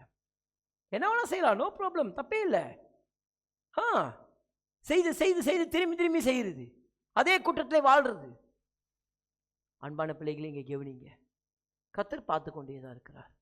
நாம என்ன ஒரு போலி சமாதானம் சொல்லிக்கிறோம், கர்த்தர் அடிக்கவே மாட்டார் சொல்றோமா இல்லையா? அதுதான் சொல்றேன். அன்னைக்கு சோலமனுக்கு அந்த ஞானம் வந்திருக்காதா? எனக்கு இவ்வளோ காரியங்கள் செய்த தேவன் என்ன போய் அடிச்சிருவாரா? தெரியாதுல்ல, தெரியாது. ஆனால் ஒரு கற்பனையா நீங்க சிந்தித்து பார்க்கலாம், தப்பு கிடையாது. ஐயோ வேதத்திலே இல்லாத ஒன்று பேசிட்டாரு அப்படின்வாங்க. இதை குறை கண்டுபிடிக்கிறது, இதெல்லாம் வச்சுட்டு கிட்டே கூட சேராதீங்க பண்பான பிள்ளைகளே. இப்படி ஆளை பார்த்தா, ஏன்னா சாலமன் மனம் திரும்பினார்ன்றதுக்கு எந்த ஒரு வேத சத்தியமும் இல்லை. சிம்சோன் மனம் திரும்பினார், அதனாலதான் நீதிமான் பட்டியல் ஹெபிரேயர் 12வது அதிகாரத்தில் சிம்சோன் பேர் வந்திருக்கும். ஏன்? அவர் கடச்சாய், அவர் தேவனுக்கு விரோதமான தூஷணம், பெரிய பெரிய பாவம், பெருசு எல்லாம் பண்ணிவிட்டு கடச்சா மனம் திரும்பினார். ஜீவன் போனது உண்மைதான், ஆனா ஆத்மா எரிச்சு. அந்த விசுவாச வீரனுடைய பட்டையில் அவர் பேர் வந்துருச்சு, சிம்சோனுடைய பேரு. சாலமோனுடைய பேரு வரல. ஏன் வரல? தாவீது பத்தி பேசும்போது அடுத்த சாலமன் பத்தி பேசிட்டோம், ஏன் பேசல? உங்களுக்கு தெரியாத ஒரு குறிப்பு நான் உங்களுக்கு சொல்லுகிறேன். இப்போ பழைய பல 3 வேத புத்தகங்கள் எழுதியிருக்கிறார். The Book of Ecclesiastes, Songs of Solomon, அதுக்கப்புறம் நீதிமொழிகளில் நிறைய அதிகாரங்கள் அவர் எழுதியிருக்கக்கூடும். இங்கிலீஷில் சொல்லிட்டு தமிழில் வழங்கிக்கிங்க, சரிங்களா? அவர் வேற 3 புத்தகத்தை எழுதினார் தெரியுமா உங்களுக்கு? பிசாசுக்கு அவர் 3 புத்தகத்தை எழுதியிருக்கிறார். அதுக்கு பேர் the black books of Solomon. Anton LaVey இந்த சாத்தன் வர்ஷிப் செய்கிறவங்கலாம் மூல புத்தகமாக அதான் பயன்படுத்துகிறாங்க. அது தெரியுமா? பிசாசுக்கு எழுதியிருக்காரு. போயிட்டு ஞானம் எங்க போச்சு? அறிவு எங்க போச்சு? தேவனிடத்தை பெற்றுக்கொண்ட ஞானம் எங்க? அது எப்படி போயிட்டு விக்கிரங்களுக்கு போக முடியும்? கேட்டது ஆசீர்வாதத்தை இந்த தேவனிடத்திலிருந்து கையை நீட்டி கும்பிட்டுது அங்க. ஐயோ இங்க நான் சாமி சண்டை போட வரல, நான் வேதத்துக்கு சத்தியத்தை பற்றி பேச வந்துட்டு இருக்கேன், சண்டைக்கு வந்துடாதீங்க. சாப்பிட்டீங்க, கை கழுந்தாங்க. ஏன்? இதுக்கு அவ்வளவு பேர் குற்றமா? நீ ஒரு இஸ்ரவேலின் தேசத்தோடைய ராஜா, தாவீது உட்கார்ந்த சிங்காசனம், பேசப்பட்ட இடமா? நீ போய் இந்த சின்ன தப்பாது உன்னை பார்த்து மாத்திரம் செய்ய மாட்டான். ஹல்லேலூயா. கவனிங்க, அதாவது சொன்னேன், நீங்க சட்ட நேரத்தை உங்களோட சொந்த ஞானம் ஒன்று கற்று வச்சிருப்பீங்க பார்த்தீங்களா? அது உங்களே வந்துச்சிடும். தேவனுடைய பிரமாண சத்தியம் வரும்பொழுது அது ஏற்றுக்க முடியாமல் தள்ளி விடும். நான் தான் சொன்னேன், வஞ்சிக்கிறதே எப்படின்னா திருவசனத்தை கேட்டு அதன் பிரகாரம் நீங்கள் கேட்டுன்னு பிரகாரம் நடக்கிறது இருக்குல்ல, அப்போ தான் நீங்கள் வஞ்சிக்கப்பட மாட்டீங்க. அப்படி கேட்டு நீங்கள் நடக்கலைன்னா நீங்கள் வஞ்சிக்கப்பட்டுட்டீங்க என்று அர்த்தம். அதான் மீண்டும் நான் இதை வலியுறுத்த விரும்புகிறேன். அப்போ நீங்கள் கேட்டுட்டு மட்டும் போயிட்டீங்கன்னு வச்சுங்களேன், கேட்டுட்டு மட்டும் போயாச்சு, நான்லாம் மாற்ற முடியாதுன்னு நினச்சிட்டீங்கன்னா பிசாசு முதுகு மேலே ஏறி உக்காந்துருக்கான் என்று அர்த்தம். பின்னாடி ஏறி உக்காந்துருக்கான். ஏன் தெரியுமா சொல்றேன்? நீங்க சத்தியத்தை கேட்டு உங்களை நீங்க கீழே இறக்க தயாரில்லை, தாழ்த்த தயாரில்லை, கீழ்ப்படைய தயாரில்லை, நீங்க மாற்றவே இல்லை. உங்க ஜென்ம சுபாவம் அங்கே இருக்குது. இப்ப நீங்க வஞ்சிக்கப்பட்டீங்க. நான் வேதத்துல படிச்சோம், அப்படி போல பாஸ்டருக்கு இந்த வசனம் தெரியுமா அந்த வசனம் தெரியுமான்னு பேசுவீர்களானால் உங்களெல்லாம் காப்பாற்றவே முடியாது. ஏன் தெரியுமா? நீங்க திருந்தறதுக்கு கூட தயாரில்லை என்று அர்த்தம். பெற்ற தாயை தகப்பனுடைய வார்த்தை கேட்டு கீழ்ப்படியாத பிள்ளைகளோட வாழ்க்கை என்ன ஆகும்? ஆயுள் நாட்கள் குறைக்கப்படும். சீக்கிரமாக தான் செத்து போகணும், சீக்கிரமாக தான் மண்டைய போடணும், ஆசீர்வதிக்கப்படாது. பார்த்துறீங்களா? நான் பார்த்துக்கிறேன், எனக்கு தெரியும், நீங்கள் யார் சொல்கிறதுக்கு? எப்போ கேட்கும்? ஸ்கூல்லாம் படித்து முடிஞ்சதுக்கப்புறம் கேட்கும். நான் பார்த்துக்கிறேன், நான் வேலைக்கு போகிறேன், இனிமேல் எங்கள் அப்பா அம்மா வீட்டில் தங்க மாட்டேன், நான் வெளியே போய் தங்கிக்கிறேன். ஏன் இந்த வார்த்தையை ஒரு படிக்குமா சொல்லியா நீ? அப்போ சம்பாதிக்கல, இப்போ சம்பாதிக்கிற திமிர் வந்து பேச்சு. ஏன்? சொந்த கற்பனை வேலை செய்ய ஆரம்பிக்குது, சொந்த அறிவு வேலை செய்ய ஆரம்பிக்குது, தான் சொந்த பணம் வேலை செய்ய ஆரம்பிக்குது. நான் யார் பேச்சு கேட்கணும்? எதுக்கு கேட்கணும்? நான் போனேன், வேலை செஞ்சேன், ஒரு ரூம் எடுத்துக்கிறேன், நான் தங்கிக்கிறேன். இப்ப விட்டுருவாரு. தூசியை தட்டி ஒரு நேரம் வரும், அங்க போய் கணக்கு கேட்பாரு. அதுதான் ஹைலைட்டு கர்த்தர்கிட்ட. ஒரு பரிசுத்தவான் விதமா சொன்னாரு, தூசி தட்டி நீங்க வாலிப வயசுல பேசுனத நீங்க நடக்கவே முடியாத வயசு வரும்போது அங்க போய் கணக்கு கேட்பாராம். அவர் மாரி கணக்கை தீக்கிறது முடியவே முடியாதுன்னு, பர்ஃபெக்டா கணக்கை தீர்த்து எடுத்துருவாரு. ஒரு நல்ல மூத்த ஊழியக்காரர் தான் சொன்னார் அது. அப்ப சாலமோனுடைய ஞானம், அவரு தேவனிடத்தை பெற்றுக்கொண்டதை அவர் தாழ்மையாய் பெற்றுக்கொள்ளல, அவர் அதை சாந்தமாய். ஏன் சாந்தம்? ஏன் அந்த மீக்னஸ் என்ற வார்த்தை வருது தெரியுமா? மீக்னஸ் இல்லைனா, இந்த சாந்தம் இல்லைனா கோபம் வெளி வரும். எப்படா நீ பேசலாம்? சாந்தம் இருந்தா, ஓ என்கிட்ட தவறு இருக்கா ஆண்டவரே, எங்கப்பா நான் திருத்திக்கிறேன் ஆண்டவரே, காட்டுங்க ஆண்டவரே, நான் திருத்திக்கிறேன் ஆண்டவரே. இது வந்துட்டா சாந்தம் வந்துருச்சுன்னு அர்த்தம். ரிபெல் பண்றீங்கன்னா, எதிர்த்து நிக்கிற வாயினா இருக்கீங்கன்னா, பிசாசு குணத்துக்குள்ள போயிட்டீங்க. இப்போ அவங்கள வஞ்சிப்பான். நீங்களே அவளை வஞ்சிச்சிருங்க. சைத்தானுக்குலாம் அவள் நேரம் அவளை வேலை கொடுக்க தேவையில்லை. அவன் நினைப்பான், இந்த காலத்தில் நம்மளாம் ரொம்ப வேலை செய்யறது இல்லை, ரெஸ்ட் எடுத்து போய் நினைக்கிறான், அவன் நல்லா குழு குழுன்னு இருப்பான் போல் இருக்கு. நினைக்கணும் அப்படி தான் இருப்பான், நல்ல குழு குழுன்னு. ஏன் இன்னைக்கு வேலை நம்ம தான் அவனுக்கு கொடுக்குறோம். அவன் வந்து நம்மளை டிஸ்டர்ப் பண்ண அளவுக்கு இல்லை, நம்மளே அந்த அளவுக்கு தான் நடத்துக்கிறோம். பிசாசியே பொறாமை கொள்ற அளவுக்கு நம்மளுடைய கிரியைகள் இருக்குது இன்னைக்கு. தற்பிரியர்கள், பணம் பிரியர்கள் சொல்றாங்க, நல்லா சம்பாதிங்க, நல்லா பணம் வச்சுங்க, தேவன் பணக்காரரை தான் விரும்புவார். பிச்சைக்காரெல்லாம் கொண்டு போட்டுருவாரு. அவரு இல்லாதவர்கள் இறங்குங்கன்றாரு, மாற்றி பேசிடுவாங்க. எப்படி வேத புரட்டர்கள். அன்பான பிள்ளைங்களை இங்கே கவனிங்க. நம்ம முதல்ல நிதானித்து பார்க்கணும். கர்த்தர் வார்த்தை வரும் பொழுது நான் அதை சாந்தமாக ஏற்றுக்கொள்ளணும். உங்கள் இடத்த குற்றங்களை கர்த்தர் வைக்கிறாரா, ஜபிக்கும் பொழுது உங்கள் இடத்துல இந்த வார்த்தை குற்றமாக வைக்கிறாரா, சாந்தமாக ஏற்றுக்கொள்ளுங்க. ரிபேல் பண்ணாதீங்க. அவருக்கு பிடிக்கவே பிடிக்காது. நீ எவ்வளோ பரிசு பண்ணுறது, அவர் முன்னுக்கு நின்று இறங்கிட்டேன்னு வச்சுக்க, ஆண்டவரே சாரி லார்ட். அடுத்தது அவர் சொல்லுவார், நெக்ஸ்ட் என்னது, எப்போ, ஏன், எதுக்கு, எதுனால முடிஞ்சு நெஞ்ச நிமித்துவீங்க, குறுக்கெலும்பை வாங்கிடுவார் அவர். சும்மா பேச்சு வாக்கில் சொல்கிறாங்க. அவர்கிட்ட போய் நெஞ்செல்லாம் நிமித்தக்கூடாது. ஆமாம் இல்லையா? கர்த்தர் போய் நெஞ்செல்லாம் நிமித்தக்கூடாது. அவர் ரொம்ப நல்ல தேவன், நேசிக்கிறவர். அவர் ஸ்ட்ரிக்டான நல்ல தகப்பன், கடுமையான நல்ல தகப்பன், ஆனால் ஸ்ட்ரிக்ட்டு, அது நல்லதுக்கு. அப்போ எங்க கவனிங்க, நீங்க தேவ ஆவியானவர் பேசுறது காதில் கேட்கலாம், நோ ப்ராப்ளம். அவர் அதுக்கு ஏற்ற பேசுகிற வாய்களை வைத்திருப்பார். அவர் வாய்களை செயல்படுகிற தீர்க்கதரிசிகள், ஊழியக்காரர்கள், தெய்வ மனுஷர்களாக இருப்பாங்க. பேசுவாங்க, சொல்லுவாங்க, வார்த்தை போவோம். நீ இன்னும் மாறவில்லை என்றால் உன்னோட பேசுறதே நிப்பாட்டிடுவார். பேச மாட்டார். ஏன்? நீ தான் நாபால் மாரி இருக்கிய. நாபால் மாரி கட்டின இருதியும் சந்தோஷம், நான் கரெக்டாக இருக்கிறேன். தாவீது வராது தெரியுமா, முடிஞ்சு. அப்படியே செத்து போயிட்டான் ஹார்ட் அட்டாக்ல. அதுக்குன்னு உங்களுக்கு ஹார்ட் அட்டாக் வரும்னு சொல்ல அன்பான பிள்ளைங்க தவற வழங்கி கொள்ளாதீங்க. எப்படி சொல்ல இப்போ கரெக்டாக சொல்லியிருந்தோம். ஓ இப்படி சொல்லிட்டாரு அப்படின்னு. ஏன் சில நேரத்தில் நான் சொல்கிறது அதல்ல, நான் நாபாலுக்கு நடந்தது சொல்கிறேன். அப்படியே போயிட்டார் அவர். அப்போ இங்கே கேவீங்க, தாவீது வந்து அடிக்கலாம் தேவையில்ல, கேள்விப்பட்டுனே போயிட்டான். அப்படியே இருந்தால் எத்தனை நாளில் செத்து போயிட்டாரு நாபால். அந்த மாதிரி இறுதியை நம்மளுக்கு இருக்கக்கூடாது. அதனால தான் தாவீது ஸ்பெஷலுங்க. நாத்தான் வந்து சொல்லுகிறார் ஒரு ஓமையை. இந்த மாதிரி ஒரு 2 பணக்காரனுங்க ஞாபகம் இருக்கு அந்த ஓமை. அதில் ஒருத்தர் பணக்காரர், ஒருத்தர் ஏழை. இவர் பெரிய மந்தை வச்சிருக்காரு. அவர் வந்து ஒரே ஒரு பட்ட ஆடை வச்சுருந்தாரு, அந்த ஈவ் அதை வச்சுருந்தாரு, ஒரு செம்மறி ஆடை அவர் வளர்த்துருந்தார். மகளை போல இருந்தா. அந்த பணக்காரன் வந்தவனுக்கு பந்தி வைக்கணுன்றதுக்காக, தெரிஞ்சவங்க வந்ததுக்காக இவன் ஆட்டை எடுத்து வெட்டிட்டான் அப்படின்ட்டு. உடனே தாவீதுக்கு 10 இருக்கும் வந்துருச்சு. அவனை கொண்டு ஆகணும், கிளம்பிட்டாரு. ஜட்ஜ்மெண்ட் போட்டாரு. நாத்தான் சொன்னார், நீ தான் ஆமாவா இல்லையா? அப்போ யார் சாகணும்? இப்போ தாவீது தான் சாகணும். ஜட்ஜ்மெண்ட்டை நிறைவேற்ற முடியுமா? அதுவும் சொல்கிறா இத்தனை தானே திரும்பி கொடுத்துடணும். ஜட்ஜ்மெண்ட்லாம் கொடுக்க சூப்பராக தான் இருக்கும். ஆனால் தாவீது தான் தெரிஞ்ச உடனே தாவீது வாயிலிருந்து வந்த வார்த்தை என்ன தெரியுமா? நான் கர்த்தருக்கு விரோதமாய் பாவம் செய்தேன். அடுத்ததே நாத்தான் சொல்லிட்டாரு, ஜட்ஜ்மெண்ட் ஒன்று நான் போயிடுச்சு. இந்த தண்டனை இந்த காலத்தில் வராது. ஏன்? அவர் பார்க்குறாரு, உன் குற்றத்தை சொன்ன உடனே நீ என்ன மூஞ்ச காட்டுற, நான் சொல்லுவேன், ஆனால் நீ என்ன செய்யறன்னு நான் பார்ப்பேன். குற்றத்தை சொல்லும் போது நான் திரும்பிக் கொள்வேன். பிசாசா சொன்ன காது இல்லை, உடம்புலே பூந்து உக்காந்துருக்குது. தவறை சொல்லும் பொழுது, உங்கள் குற்றத்தை எடுத்து சொல்லும் பொழுது, நான் என்னை திருத்தணும், என்னை நான் மாற்றணும், இருதயம், வாஞ்சை, ஆசை, வெறி எல்லாம் வரணும் உள்ளுக்கு. உங்களுக்குள்ள பத்திக்கிட்டு எரியணும். நான் இன்னும் என்னை எங்கே சரிப்படுத்த வேண்டியது இருக்கு, நான் இன்னும் என்னை எங்கெங்களை குறைகள்லாம் சரிப்படுத்த வேண்டியது, எங்கெல்லாம் என்னை மாற்ற வேண்டியது இருக்கு. கர்த்தர் என்னை பார்க்கும்போது மாசற்ற, குறை இல்லாத, பரிசுத்த கன்னியாய் தெரியணும். அதை பார்க்கும்போது சொல்கிறோம், உண்மை முத்தமானவன், ஒரு குறை கூட அவன் இடத்துல இல்லை, அன்பிளமிஷ் அண்ட் ஸ்பாட்லெஸ், பர்ஃபெக்ட் அப்படின்னு சொல்லணும். அந்த ஆசை இருக்கா இதயத்தில்? இருக்கா இல்லை வேற ஏதாவது ஆசை தெரிஞ்சுட்டு இருக்கீங்களா? வேற ஆசைலாம் மண்டையில் ஓடிட்டு இருக்குது.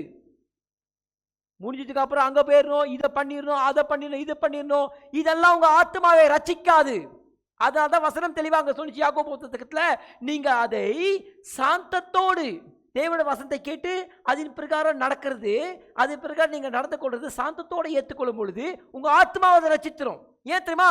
நீங்கள் அதை சாந்தத்தோடு தாழ்மையோடு கேட்கும் பொழுது you humble yourself in front of God. அவர் முன்னுக்கு நீங்கள் தாழ்மை இறங்குறீங்க.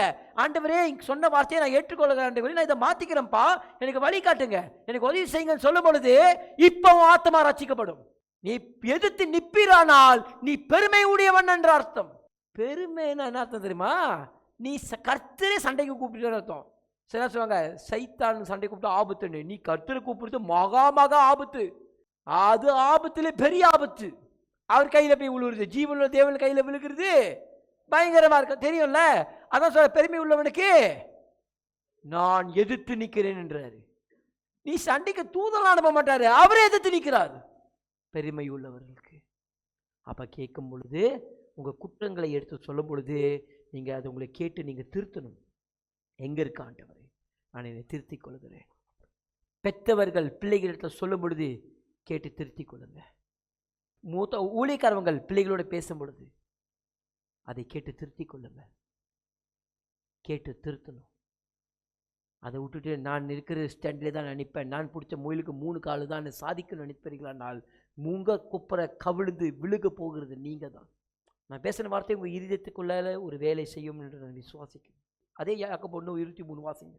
எண்ணத்தினாலெனில் ஒருவன் திருவசனத்தை கேட்டும் அதன்படி செய்யாதவனானால் கண்ணாடியிலே தன் சுபாவ முகத்தை பார்க்கிற மனுஷனுக்கு ஒப்பாயிருப்பான். நான் சொல்றதே நீங்க கேட்டு மாற்றணும். மாத்தல என்ன அர்த்தம் தெரியுமா? உங்க ஜென்ம சுபாவம், ஜென்ம கேரக்டர், உங்களோட நேச்சுரல் கேரக்டரை கண்ணாடியில நேருக்கு நேராக பார்க்கறன்றாரு. அப்படின்னா நீ மாறாத ஒரு மனுஷன். முன்ன எப்படி இருந்தியோ அதே தான் நீ. நான் கற்றுக்குள்ள வந்ததுக்கு அப்புறம் என் வாழ்க்கை மகிழ்ச்சியா இருக்கிறது. வேஷம் கற்றுக்குள்ள வரும்போது கனி காட்டி கொடுத்துரும். நான் இது கோவக்காரன், இப்ப சாந்தம் உள்ளவன் ஆயிட்டேன். முன்ன நான் எரிச்சலுனாக்க இப்ப அன்பு தான் காட்டுறேன். இது காட்டிடும் இல்லை பெருமையா? எனக்கு தெரியும், நான் பார்த்துக்கிறேன், எனக்கு தெரியும், நான் என்ன பேசுறேன்னு எனக்கு தெரியும். எப்போ பாரு தெரிஞ்ச மாதிரி இவங்களே பேசிக்கிட்டு இருப்பாங்க. அதான் சொன்னல, அதை வசனம் திரும்பி வாசிமா, எல்லாம் சேர்ந்து வாசிங்க. யாக்கோபு 1:23. எண்ணத்தினாலெனில் ஒருவன் திருவசனத்தை கேட்டும் அதன்படி செய்யாதவனானால் கண்ணாடியிலே தன் சுபாவ முகத்தை பார்க்கிற மனுஷனுக்கு ஒப்பாயிருப்பான். அவன் ஜென்ம சுபாவம், அதாவது அவன் கண்ணாடியில தன் சுபாவ முகத்தை, அவனோட சுபாவ முகம்னா அவனோட நார்மலா பார்க்கறான். அதான் அவன் மாறவே இல்லை பாருங்களேன். இப்ப எத்தனை பேருக்கு ஆசை உங்க வாழ்க்கை மாறி நல்லா இருக்கணும் ஆசை உள்ள கை தூக்கி காட்டுங்க. அப்ப முதல்ல நீங்கள் தேவனுடைய வார்த்தை கேட்டு அதை செய்கிறவர்களா இருக்கணும். நீங்க அதை கேட்டு நீங்க நடக்கிறவர்களா இருக்கணும். அதன் பிரகாரம் தாழ்மையோடு சாந்தத்தோடு அதை ஏற்றுக்கொண்டு, யாரோ தேவனுடைய வார்த்தை கொண்டு உங்களை குற்றத்தை ஒரு விஷயத்தை சொல்லுவாரானால், ஒரு காரியத்தை உங்களை எடுத்து கடித்துக் கொள்வார்களானால், அதை கேட்ட உடனே நீங்க உங்களை மாத்தி என்ன இவங்க தான் கண்டிக்கணும், என்ன அவங்க கண்டிக்க கூடாது நினைச்சிங்கன்னா உங்களை விட குருடர்கள் யாரும் கிடையாது.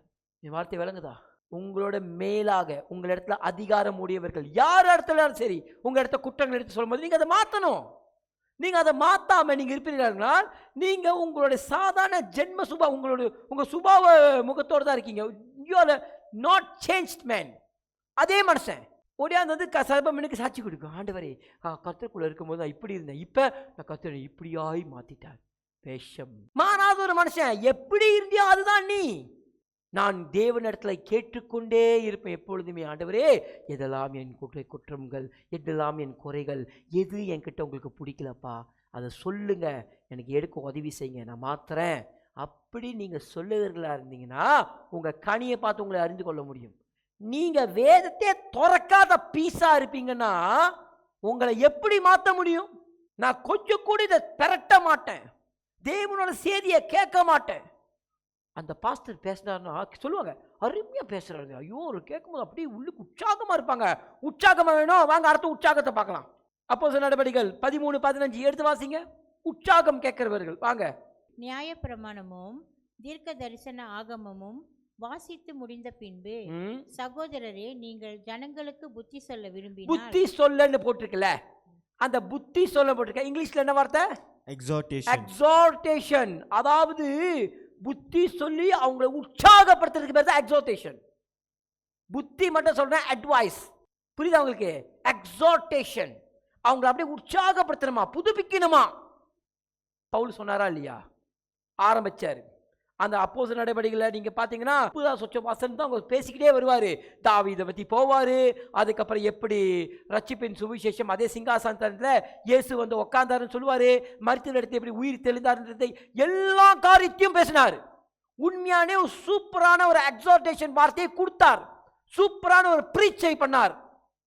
பெர்ஃபெக்டான தேவனோட சத்தியத்தை சுவிசேஷத்தை தங்களுடைய ஆத்மா வந்து உட்கார்ந்து அத்தனை ஜனங்களுடைய ஆத்மா ரட்சிக்கத்தக்கதான அவர் சொல்றாரு, இயேசு பத்தி சொல்றாரு.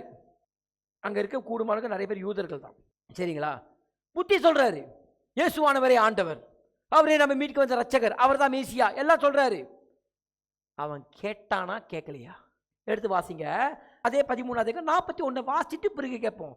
அவரு கடைசி ரவுண்ட்ல பவுல் இதை சொல்லுறாரு ஒரு வார்த்தையை, என்னதுன்னு? அசட்டைக்காரரே பாருங்கள், பிரமித்து அழிந்து போங்கள், பிரமிச்சு அழிஞ்சு போயிருங்க.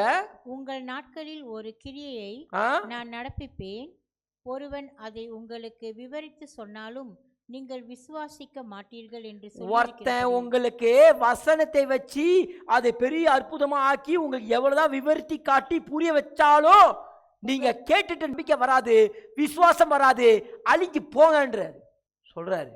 ஏன் தெரியுமா சொல்றா? இது பழைய ஏற்பாடுல ஐசையா புத்தகத்துக்கு தீர்க்க தரிசனம். அந்த வார்த்தை பழைய ஏற்பாடுல எடுக்கப்பட்ட தீர்க்க தரிசனம். அவர் சொல்லிட்டு சொல்றாரு, அவனை மாதிரி நீ இருந்துராதீங்கடான்னு சொல்றாரு. அவன் கேட்டான், நம்ப மாட்டேன்ட்டான்.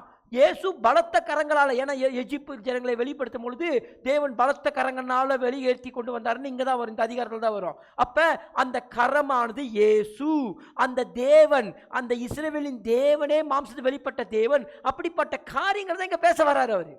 அவர் இயேசுவோட காரியங்களை பேச வராரு. சொல்லிட்டு சொல்றாரு, அந்த ஜனங்கள் கேட்டு அழிஞ்சிட்டாங்க, அப்படி நீங்க நடந்துக்காதீங்கன்னு தான் அவர் அங்க சொல்ல வந்தாரு. ஆனா அவன் என்ன பண்ணான்றத பார்க்கலாமா? 43 வாசிங்கம்மா. ஜெப ஆலயத்தில் கூடின சபை கலைந்து போன பின்பு யூதரிலும் யூத மார்க்கத்தமைந்த பக்தி உள்ளவர்களிலும் அநேகர் பவுலையும் பர்னபாவையும் பின்பற்றினார்கள். அவர்களுடனே இவர்கள் பேசி தேவனுடைய கிருபையிலே நிலை கொண்டிருக்கும்படி அவர்களுக்கு புத்தி சொன்னார்கள். இப்ப பவுலு பர்னபாலாம் அங்கதான் இருக்காங்க தானே, பயங்கரமா பிரிச்சு கொடுத்ததுக்கப்புறம் ஒரு கூட்டம் இங்க கூட வந்துருச்சு. அதை பிடிக்காத ஒரு கூட்டம் 45 வாசிங்க. யூதர்கள் ஜனக்கூட்டங்களை கண்டபோது பொறாமையினால் நிறைந்து பவுலினால் சொல்லப்பட்டவைகளுக்கு எதிரடையாய் பேசி விரோதித்து தூஷித்தார்கள்.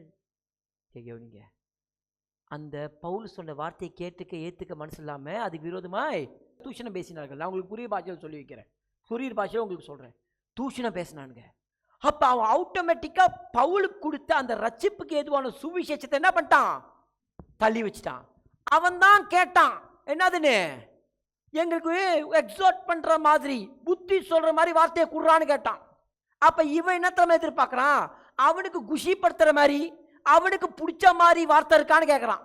அதான் சொன்னேன், யாக்கோபு புத்தகத்தை படிச்சோம்ல, தேவனுடைய வார்த்தை கேட்டு அதை தாழ்மையோடு அதை சாந்தத்தோடு ஏற்றுக்கொண்டு நீங்க அதன் பிரகாரம் நடக்கிறதுன்னு ஒண்ணு இருக்குல்ல, அவன் அங்க கோட்டை விட்டான் பாருங்க. அவன் பெரிய சத்தியத்தை பத்தி பேசுறான்.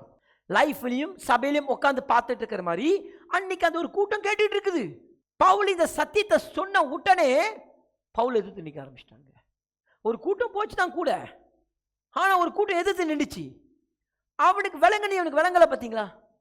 அவன் தாழ்மையாய், அவன் மீக்னஸோட சாந்தமாய் அதை ஏற்றுக்கொண்டான். அவன் ஏற்றுக்கிட்டான். ஓ, இயேசுவானவர் ஆண்டவர், வசனங்கள்லாம் வைத்து பார்க்கும் பொழுது ஓ ரட்சகர் வந்துட்டார், ஐசே மன திரும்பிட்டான். மாத்தனான் தான் பாதிய. ஒரு கூட்டம் மாட்டவே இல்லை, மாறவே இல்லை, அது அங்கேயே மாட்டிக்கொண்டது. 46 என்ன பண்ணாங்க பாருங்க, பவுலும் பர்னபாவும். அப்பொழுது பவுலும் பர்னபாவும் தைரியம் கொண்டு அவர்களை நோக்கி, முதலாவது உங்களுக்கே தேவ வசனத்தை சொல்ல வேண்டியதாய் இருந்தது. நீங்களோ அதை தள்ளி உங்களை நித்திய ஜீவனுக்கு அபாத்திரராக தீர்த்து கொள்ளுகிறபடி, நீங்களே உங்களை நித்திய ஜீவனுக்கு பாத்திரர்கள், அபாத்திரம்னு போட்டுக்கல, பாத்திரவன் இல்லைன்னு நீங்களே நியாயம் தீர்த்திட்டீங்கன்றார். ஹல்லேலூயா.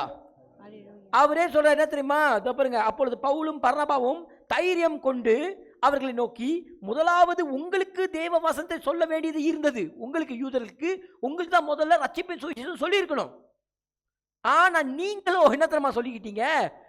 அதான் நான் சொன்ன, ஒரு சில ஆள் என்ன செய்யறாங்கன்னா, எனக்கு தெரியும், எங்களுக்கு தெரியாத, நானும் தான் வேதத்தை வாசிக்கிறேன், இவன் மட்டும் பெருசா இது மாதிரி பேசுறான், நான் ஏன் மாத்திக்கணும், நான் கர்த்தரிடத்தை போய் கேட்டு மாத்திக்கிறேன். இந்த மாதிரி பைத்தியர்களுக்கு தான் சொல்லுகிறேன்.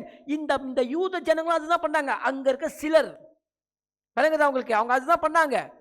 அதான் பவுல் சொல்றாரு, நீங்களோ அதை எதை நித்திய ஜீவனுக்கு ஏத வசனத்தை அதை நீங்களோ அதை தள்ளி உங்களை நித்திய ஜீவனுக்கு அபாத்திரராக தீர்த்து கொள்கிறபடியினால் இதோ நாங்கள் புற ஜாதியார் இடத்தில் போகிறோம். மொத்த ரட்சிப்பையும் தொலைச்சிட்டாங்க. சொல்ற உண்மைதான். முதல்ல யூதர் உங்களுக்கு தான் வந்திருக்கணும். நீங்களே சொல்லிட்டீங்க என்னதுன்னு, நாங்க இதுக்கு பாத்திரவன் அல்ல, நாங்கள் இதோட மேலானவர்கள், நாங்கள் பயங்கரமான காங்கிரிகேஷன், எங்க காங்கிரிகேஷன்லாம் பயங்கரமா இருக்கும். ஓ பயங்கரம்லாம் கர்த்தருக்கு நிற்குமா? ஓ காங்கிரிகேஷன் பயங்கரமானதா இல்ல கர்த்தர் பயங்கரமானவரா? மற்ற இடத்துல அன்பு காட்ட துப்பு இல்ல, வக்கு இல்ல, பேசுற பேச்சு இருக்கு. அல்லேலூயா. டே பேச்செல்லாம் பயங்கரமாய் இப்படியே கூப்பிட்ட உடனே மேகஸ்தம்பம் அக்னி ஸ்தம்பம் உடனே வந்து சூழ்ந்து கொள்ற வண்ணமாய், அப்படி வண்ணமாய் ஒரு பயங்கரமான நடிப்பும் ஒரு நடனமும். யாரை ஏமாத்த? கர்த்தரையா? அவரை பார்த்தா ஏமாளி மாதிரியா தெரியுது. ஓ, அவர் அமைதியா எதுவுமே செய்யாம சத்தம் இல்லாமல் அமைதியா இருக்கிறனால அவர் நீங்க அவர் ஏமாளின்னு நினைச்சிட்டீங்க. கர்த்தர் நம்பிட்டார். அவர் ஏமாத்துற வண்ணமே அப்பப்ப 2 உபவாசத்துக்கு உள்ளுக்கு போடுவோம், 2 உபவாசத்தை உள்ளுக்கு போடுவோம். அதுக்கு நான் உபவாசத்துக்கு விரோதமானவன் அல்ல. நானும் உபவாசம் கடைப்பிடிக்கிறவன். கூடுமான கர்த்தர் சொல்லும்போது உபவாசம் எடுக்கிறவன். அந்த 2 பேர் வந்து நின்றா ஞாபகம் இருக்கா? வாரத்துக்கு 2 தடவை உபவாசிக்கிறேன், தசமபாகத்தில் 10ல் ஒரு பங்கை செலுத்துகிறேன், நான் எல்லாவது நீதியா நடக்கிறேன். அவன் ஆயக்காரன் மாதிரி இல்லைன்ட்டு அவனை கை காட்டுவான். ஆதாம் மாதிரி, ஏவாள் மாதிரி, சி தள்ளிப்போ நீ யாருன்னு தெரியாதுன்ட்டாரு. அங்க ஒருத்தன் ஆயக்காரன் பார்த்தீங்கன்னா பாவம் செய்துட்டு கண்களை பரலோகத்துக்கு ஏறெடுக்க துணியாமல், ஆண்டவரே நான் பாவி, என் மேல் ஏற்கமாயிரும். அவனல்ல இவனே. யாரை ஏத்துக்கிறான்னு அவருக்கு தான் தெரியும். நீங்க யார் நியாயம் தீர்க்கிறதுக்கு? யார் உங்களுக்கு அதிகாரம் கொடுத்தது? உங்களுக்கு யார் அதிகாரம் கொடுத்தது? கர்த்தரோட சபையை நியாயம் தீர்க்க, அவரோட காங்கிரிகேஷனை இது சரியானது அது சரியானதுன்னு சொல்லி நியாயம் தீர்க்க உங்களுக்கு யார் உரிமை கொடுத்தா? அழைத்தது கர்த்தரானால்னா நடத்துறது அவர் தான். கூப்பிட்டது அவர் தான், மின்னுக்கு போகிறது அவர் தான். நீ அவர் அழைத்த திருச்சபையை குற்றம் சொல்லுவீரானால் நீ கர்த்தரை குற்றம் சொல்லுகிறாய். உன் நாக்கை இழுத்து புடி. கவனிங்க அன்பான பிள்ளைகளே. அப்ப ஒரு கூட்டம் அங்க கவனிச்சிங்கன்னா சபையை உடச்சிக்கிட்டு போகுது. 43வது வசனத்துல ஆமாவா இல்லையா? என சத்தியத்தை கேட்டாங்க. அவங்களுக்கு அது சரின்னு பட்டுச்சு. அவங்க தங்களை தாழ்த்த தயாரானாங்க. தங்களை சாந்த குணமுடைய ஆவியுடையவர்களா இருந்தாங்க. நான் சொல்லுவேன், இந்த யோவான் ஸ்நானகன் விரியன் பாம்பு குட்டிகளி ஒருபோரும் கோபத்துக்கு தப்பித்துக்கொள்ள வகை சொல்லுவன் யாரு? யார் உனக்கு தப்பிச்சுக்கிறதுக்கு வழி சொன்னான் அப்படின்னு கேட்கும் போது ஒரு கூட்டம் எதிர்த்து நிற்கவே இல்லை. கவனிச்சிங்களா இல்லையா? எதிர்த்து நிற்கவே இல்லை. கொடுத்ததை அனுப்பியிருப்பாரு. போ போ போ. விரியன் பாம்பு குட்டியில வந்து நிற்கிது. வேணுங்க அவங்களுக்கு பயங்கரமான மோசமானவனுங்க. அப்படின்னா விரியன் பாம்பு குட்டின்னு யோவான் ஸ்நானகன் சொல்றாரு. அப்படின்னா எவ்வளோ மட்டமானவங்களா வந்திருப்பானுங்க. வந்து நிற்கிறானுங்க மன திரும்புறதுக்கு. வார்த்தை வருது கடுமையாய். வரதான் செய்யும். நம்ம என்ன ரொம்ப பூர்ண பரிசுத்தவான்களா? நாங்கள் கிறிஸ்துவின் ரத்தத்தினால அங்கிகளை தோய்த்து எடுத்தவர்கள். நாங்கள் வெள்ளை அங்கி தரித்தவர்களாய் தான் அப்படியே 2 அடி தூரத்தில் மிதங்கிட்டே சுற்றுவோம். நாம் தான் நிதானிக்கணும். நான் இருதயத்தின் அளவில் என் சிந்தையிலும் என் ஆவியிலும் என் ஆத்மாவிலும் வெள்ளை அங்கி தரித்துக் கொள்ள தகுதியுடையவனாய் இருக்கிறனா, இல்ல வெள்ளை அடிக்கப்பட்ட கல்லறையாய் பார்க்குற மாதிரி இருக்கணான்ட்டு வாய் காட்டி கொடுத்துரும் இது யாருன்ட்டு. அதான் சொன்னேன், நம்ம தேவன் வார்த்தையை கேட்டு அதன் பிரகாரம் நடக்கிறவர்களாக இருக்குவோமானால் விளங்குதா, நம்மளே வஞ்சிக்காமல் காத்துக்கொள்ள முடியும். ஆனால் அதை விட்டுட்டு நான் தேவனுடைய வார்த்தையை கேட்பேன், ஆனால் அது பிரகாரம் நான் மாற்ற மாட்டேன், எனக்கு வேற ஒன்று தெரியும்னு நினச்சிங்கன்னா உங்களை வேற துரதிர்ஷ்டசாலி குருட்டாட்டம் பிடித்தவர்கள் எங்கும் கிடையாது. ஏனென்றால் அந்த வசனம் என்னன்றதை இப்போ பார்க்கலாம். எடுத்து வாசிங்க என்னோடு 2 தீமோத்தேயு 3:16 எடுத்து வாசிங்க. வேத வாக்கியங்கள் எல்லாம் தேவ ஆவியினால் அருளப்பட்டிருக்கிறது. தேவனுடைய மனுஷன் தேறினவனாகவும். எதுக்காம்? தேவனுடைய மனுஷன் வெளியே இருக்க புது ஆட்கள் அல்ல, புதுசா ரட்சிக்கப்பட்ட வந்தவன் அல்ல, தேவனுடைய மனுஷர்கள். அவன் ஊழியக்காரனாவே இருந்தாலும் எந்த நற்கிரியையும் செய்ய தகுதியுள்ளவனாகவும் இருக்கும்படியாக அவைகள் உபதேசத்துக்கும் கடிந்து கொள்றதுக்கும் சீர்திருத்தத்துக்கும் நீதியை படிப்பிக்குதலுக்கும் நீதியை சத்தியத்தை கற்றுக்கொள்கிறதுக்கும் பிரயோஜனம் உள்ளவைகளா இருக்கிறது. வேற ஏதாவது வந்துச்சு அதுல? ஏன் வரல தெரியுமா உங்களுக்கு? இதுதான் ஃபண்டமெண்டல், இதுதான் முக்கியமானது. தேவனுடைய வசனத்துடைய ஃபங்க்ஷன் இதுதான். உங்களை சரிப்படுத்துறதுக்கு தான் தேவனுடைய வசனம். தேவனுடைய வார்த்தையானது கண்மலையை பெயர்க்கத்தக்க சம்பட்டியாய் இருக்குது. சம்பட்டி என்ன பண்ணும்? அடிச்சு உடைக்கும். நாம் அப்படி கேட்கிறோமா? தேவனுடைய வார்த்தையை வாக்குத்தத்தமா எடுத்துக்கொண்டு உற்சாகத்திலே வாழுவோம். திருத்த மாட்டேன். நோ நோ நோ, அது எனக்கு ஆகாது. முதல்ல நம்மளே கேட்டு திருத்துறவர்களாக இருக்கணும். வாசனத்தை படித்து பட்டு என்னிடத்துல என்ன குற்றம் உண்டு ஆண்டவரே சொல்லுங்க, நான் திருத்துறேன். எங்கே இருக்குன்னு சொல்லுங்க, நான் மாத்துறேன். செஞ்சு பாருங்க, கர்த்தர் முகத்தை பார்ப்பார். அவர்கிட்ட இல்லாத நீடிய பொறுமையா? கோபம் கொள்வாரு, ஆத்திரம் ஆயிடுவாரு, டென்ஷன் ஆயிடுவாரு, கோபம் கொள்வாரு, அடிக்கிறேன்னு போ யோனாவே போ, சொல்லு அந்த நினைவே ஜனங்கள் எடுத்தல், இதோ நான் அந்த இந்த பட்டணத்தை 40 நாளில் கவிழ்த்து போடு போகிறேன். அவர் நினைச்சாரு, எனக்கு நீங்க யாருன்னு தெரியும், நம்ம தானே, நீ போ, அப்படி இப்படி போயிட்டாரு. நினைவேவே இதோ கேள், இஸ்ரவேலின் தேவனுடைய 40 நாளில் கவிழ்த்து போடு போகிறார். அத்தனை பேரும் மன திரும்பிட்டான். மற்ற நடுவில் போனார்ல, இப்போ அவன் போய்க்காரன் ஆயிட்டாரு, கடுப்பாயிட்டாரு. ஆமனைக்கு செடிக்கில் உட்காந்துட்டாரு. என்ன பட்டணம் நடக்க போகிறதே நான் ஷோ பார்க்கும் மன்னமாய் உட்காந்துருக்கிறேன். பார்த்தா பட்டணம் அழியல. அழிக்க சொன்னவர் இப்போ சொல்கிறாரு, நீ யோனா இப்படி நினைக்கிறது சரியா? நான் பார்ப்பேன். அப்படி நீங்கள் தான் சொன்னீங்கன்ட்டு. வலது கருத்துக்கும் இடது கருத்துக்கும் வித்தியாசம் தெரியல. 120,000 பேருக்கும் மிருகங்கள்லாம் இருக்குது. உனக்கு தெரியாதா? உங்களுக்கு தெரியாதா? ஆனால் அவர் மனம் இறங்குற தேவன் என்று யோனாக்கு தெரியும். நீங்கள் நான் கிளம்பும் போதே சொன்னேன் அப்படி சொல்லுவார் யோனா. நீங்கள் இதை தான் செய்வீங்க, மன்னிச்சிருவீங்கன்னு தெரியும்ட்டு. நீடிய பொறுமை உள்ள தேவன். தவறு செய்தால் சகிக்க முடியாத தேவன். அந்த தவறு நான் திருத்திக்கிறேன் ஆண்டவரே, கையை எடுத்து கும்பிட்டு ஆண்டவரே நான் மாத்திரன்ட்டிங்கன்னா ஒரு தூசி கூட உங்கள் மேலே படாது. சாரி லார்ட்னா அடுத்த ஒன்று உங்கள் மேலே வந்து விழுவாது. That's it. அதான் நம்ம தேவன். அதை நம்ம சுய ஞானத்தோடு எடுத்து நான் என்னுடைய யோபு சொல்ற வார்த்தை கேட்கிறேன், நாகினும் என் வழிகளை அவர் முன்னுக்கு நான் ரூபாகாரம் பண்ணுவேன் அப்படின்னீங்கன்னா குறுக்கெலும்பு வாங்கிடுவார்.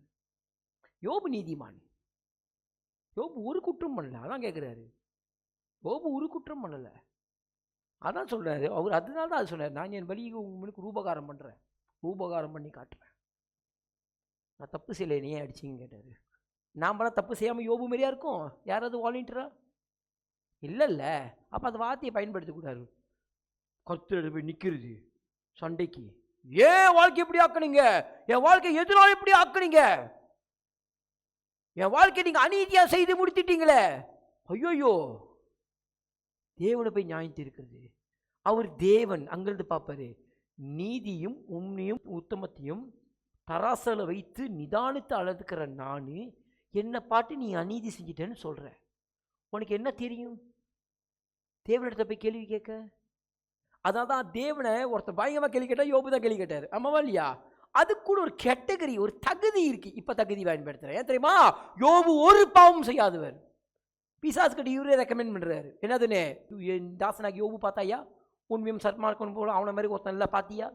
அவரு கூப்பிட்டு பிடிச்சி கொடுக்குறாரு. பார்த்தியா? பிடிச்சி கொடுக்குறா, தள்ளி விடல. அவர் கேட்குறாரு பார்த்தியா? ஏன்? அவர் தெரியும் நீ வந்ததே இந்த நோக்கத்துக்கு தான். நீ வந்ததே இப்போ யோபை பற்றி கேட்கறது தான். அவர் தேவன் இல்லை. உன் இருத்து என்ன ஓடுது நான் சொன்னாதானே அவருக்கு மரியாதை, தேவனுக்கு மரியாதை. ஆமாவா இல்லையா? அவர் தேவன். கேட்குறாரு, உன் இருதயத்தை யோபு கொடுத்தான்னு பார்த்தா கண்ணு வச்சுட்டல பாரு. ஆனால் ஒரு வார்த்தை கூட தேவனை தூஷிக்கவில்லை யோபு என்கிற சன்மார்க்கன், உத்தமன், நீதிமான்னு கூட வச்சுக்கங்க. அந்த வார்த்தை அங்கே இல்லைன்னா ஒரு சில பிடிச்சி பாய்வாங்க, அவர் நீதிமான் இல்லைன்னு. இந்த கணக்கண்ணா ரெடிப்பினா அப்படிங்க இருக்குல்ல, சின்ன விஷயத்துக்கு போராடுங்களா அந்த மாதிரி. நீதிமான் இல்லையா யோபு? இப்போ கத்திர மணிக்கு நீ சொல்லு, நீ ரொம்ப தைரியமானவனா தான். அன்பான பிள்ளைகளை இதோ கேளுங்க. அப்போ நீங்கள் தேவனுடைய வார்த்தையை பெற்றுக்கொண்டு அதன் பிரகாரம் நீங்கள் நடத்துவீர்களானால் கர்த்தர் உண்மையிலே உங்கள் வாழ்க்கையை மாற்றுவார், ஆசீர்வதிப்பார். வாசிங்க யாக்கோபு புத்தகம். அல்லாமலும் நீங்கள் உங்களை வஞ்சியாதபடிக்கு திருவசனத்தை கேட்கிறவர்களாய் மாத்திரமல்ல, திருவசனத்தை கேட்கிறவர்கள் மாத்திரமல்ல, அதன்படி செய்கிறவர்களாயும் இருங்கள். அது எப்படியோ செய்யணும்? உங்கள் உள்ளத்தில் நாட்டப்பட்டதாயும் உங்கள் ஆத்துமாக்களை ரட்சிக்க வல்லமை உள்ளதாய் இருக்கிற உங்கள் ஆத்மாவையும் உங்கள் வாழ்க்கையும் உங்களுடைய சரீரம் எல்லாத்தையும் ரட்சிக்கத்தக்கதாய் மாற்றத்தக்கதாயும் வசனத்தை சாந்தமாய் ஏற்றுக்கொள்ளுங்கள். எப்படி ஏற்றுக்கணுமா? அவனோட வார்த்தையை சாந்தமாக ஏற்றுக்குங்க. தயவாய் கேட்டுக்கொள்கிற இடத்துல சாந்தமாக ஏற்றுக்கொள்ளுங்க. தேவனுடைய கடிந்து கொள்ளுதல் வரும் பொழுது எதிர்த்து நிற்கிறவர்களாய் இருக்காதீங்க. சரிங்களா? கர்த்தர் உங்களை ஆசீர்வதிப்பார். நம்மளுடைய சிந்தையும் உள்ளத்தையும் எப்பொழுதும் தேவனுடைய வார்த்தை கேட்டு அதை மாத்திரத்தில் நம்மளை வைத்திருக்கணும். எத்தனை பேருக்கு ஆசை இந்த 2025 வாழ்க்கையை மாற்றிடணும்ட்டு? மாற்றி பார்க்கணும் ஆசையோடு அத்தனை பேருக்கும் சொல்லுகிறேன், தேவனுடைய வார்த்தைக்கு போங்க. வேற யாருக்கிட்டையும் போகாதீங்க, தேவனுடைய வார்த்தைக்கிட்ட போங்க. உங்களுக்கு கர்த்தருடைய வார்த்தை கேட்கறதா பயப்படாத, பேசுகிற வாய்களை வைத்திருப்பார். அந்த வாய்கள் உங்களுக்கு என்ன சொல்லுதுன்றதை கவனமாய் பாருங்க. அவங்க இடத்த பேசுவாங்க, வார்த்தை கொண்டு வந்து சேர்ப்பாங்க. நீ முதல்ல கர்த்தருடைய வேலைக்காரர்கள், கர்த்தருடைய ஊழியக்காரர்களை கொண்டு யாரை கொண்டு வேணா பேசுவார். உங்க அப்பா அம்மா கொண்டு பேசுவார். பேசும்பொழுது நீங்க மாத்துங்களேன் ஒரு படியை, அடுத்தது அவரே வந்துடுவார். ஏன் தெரியுமா? அவர் அப்படிதான் தேடிக்கிட்டு இருக்காரு. இது முதல்ல கண்ணுக்கு தெரிவின இடத்துல அன்பு காட்டுறானா? ஏன் கண்ணுக்கு தெரிவின இடத்துல இவன் அன்பு காட்டினா கண்ணுக்கு காணாத இடத்த தேவனே அன்பு காட்டுவான். அதான் வசனம் சொல்லுது, கண்ணுக்கு தெரியாத சகோதரத்தை அன்பு கூறாதவன் காணாத தேவனிடத்துல எப்படியா நீ அன்பு காட்டுவ? நம்பவே மாட்டாரு. முதல்ல உன் கண்ணு மினுக்க தெரியும் இடத்துல அன்பு காட்டு, அன்பு செய், அன்பாய் பேசு, கர்சனை நடத்திக்கொள்ளு. நீ நடத்திக்கொள்ளு, தேவனிடத்தை பிரியமாய் இருப்பார். ஹல்லேலூயா. நம்ம ஜெபிக்கலாம்.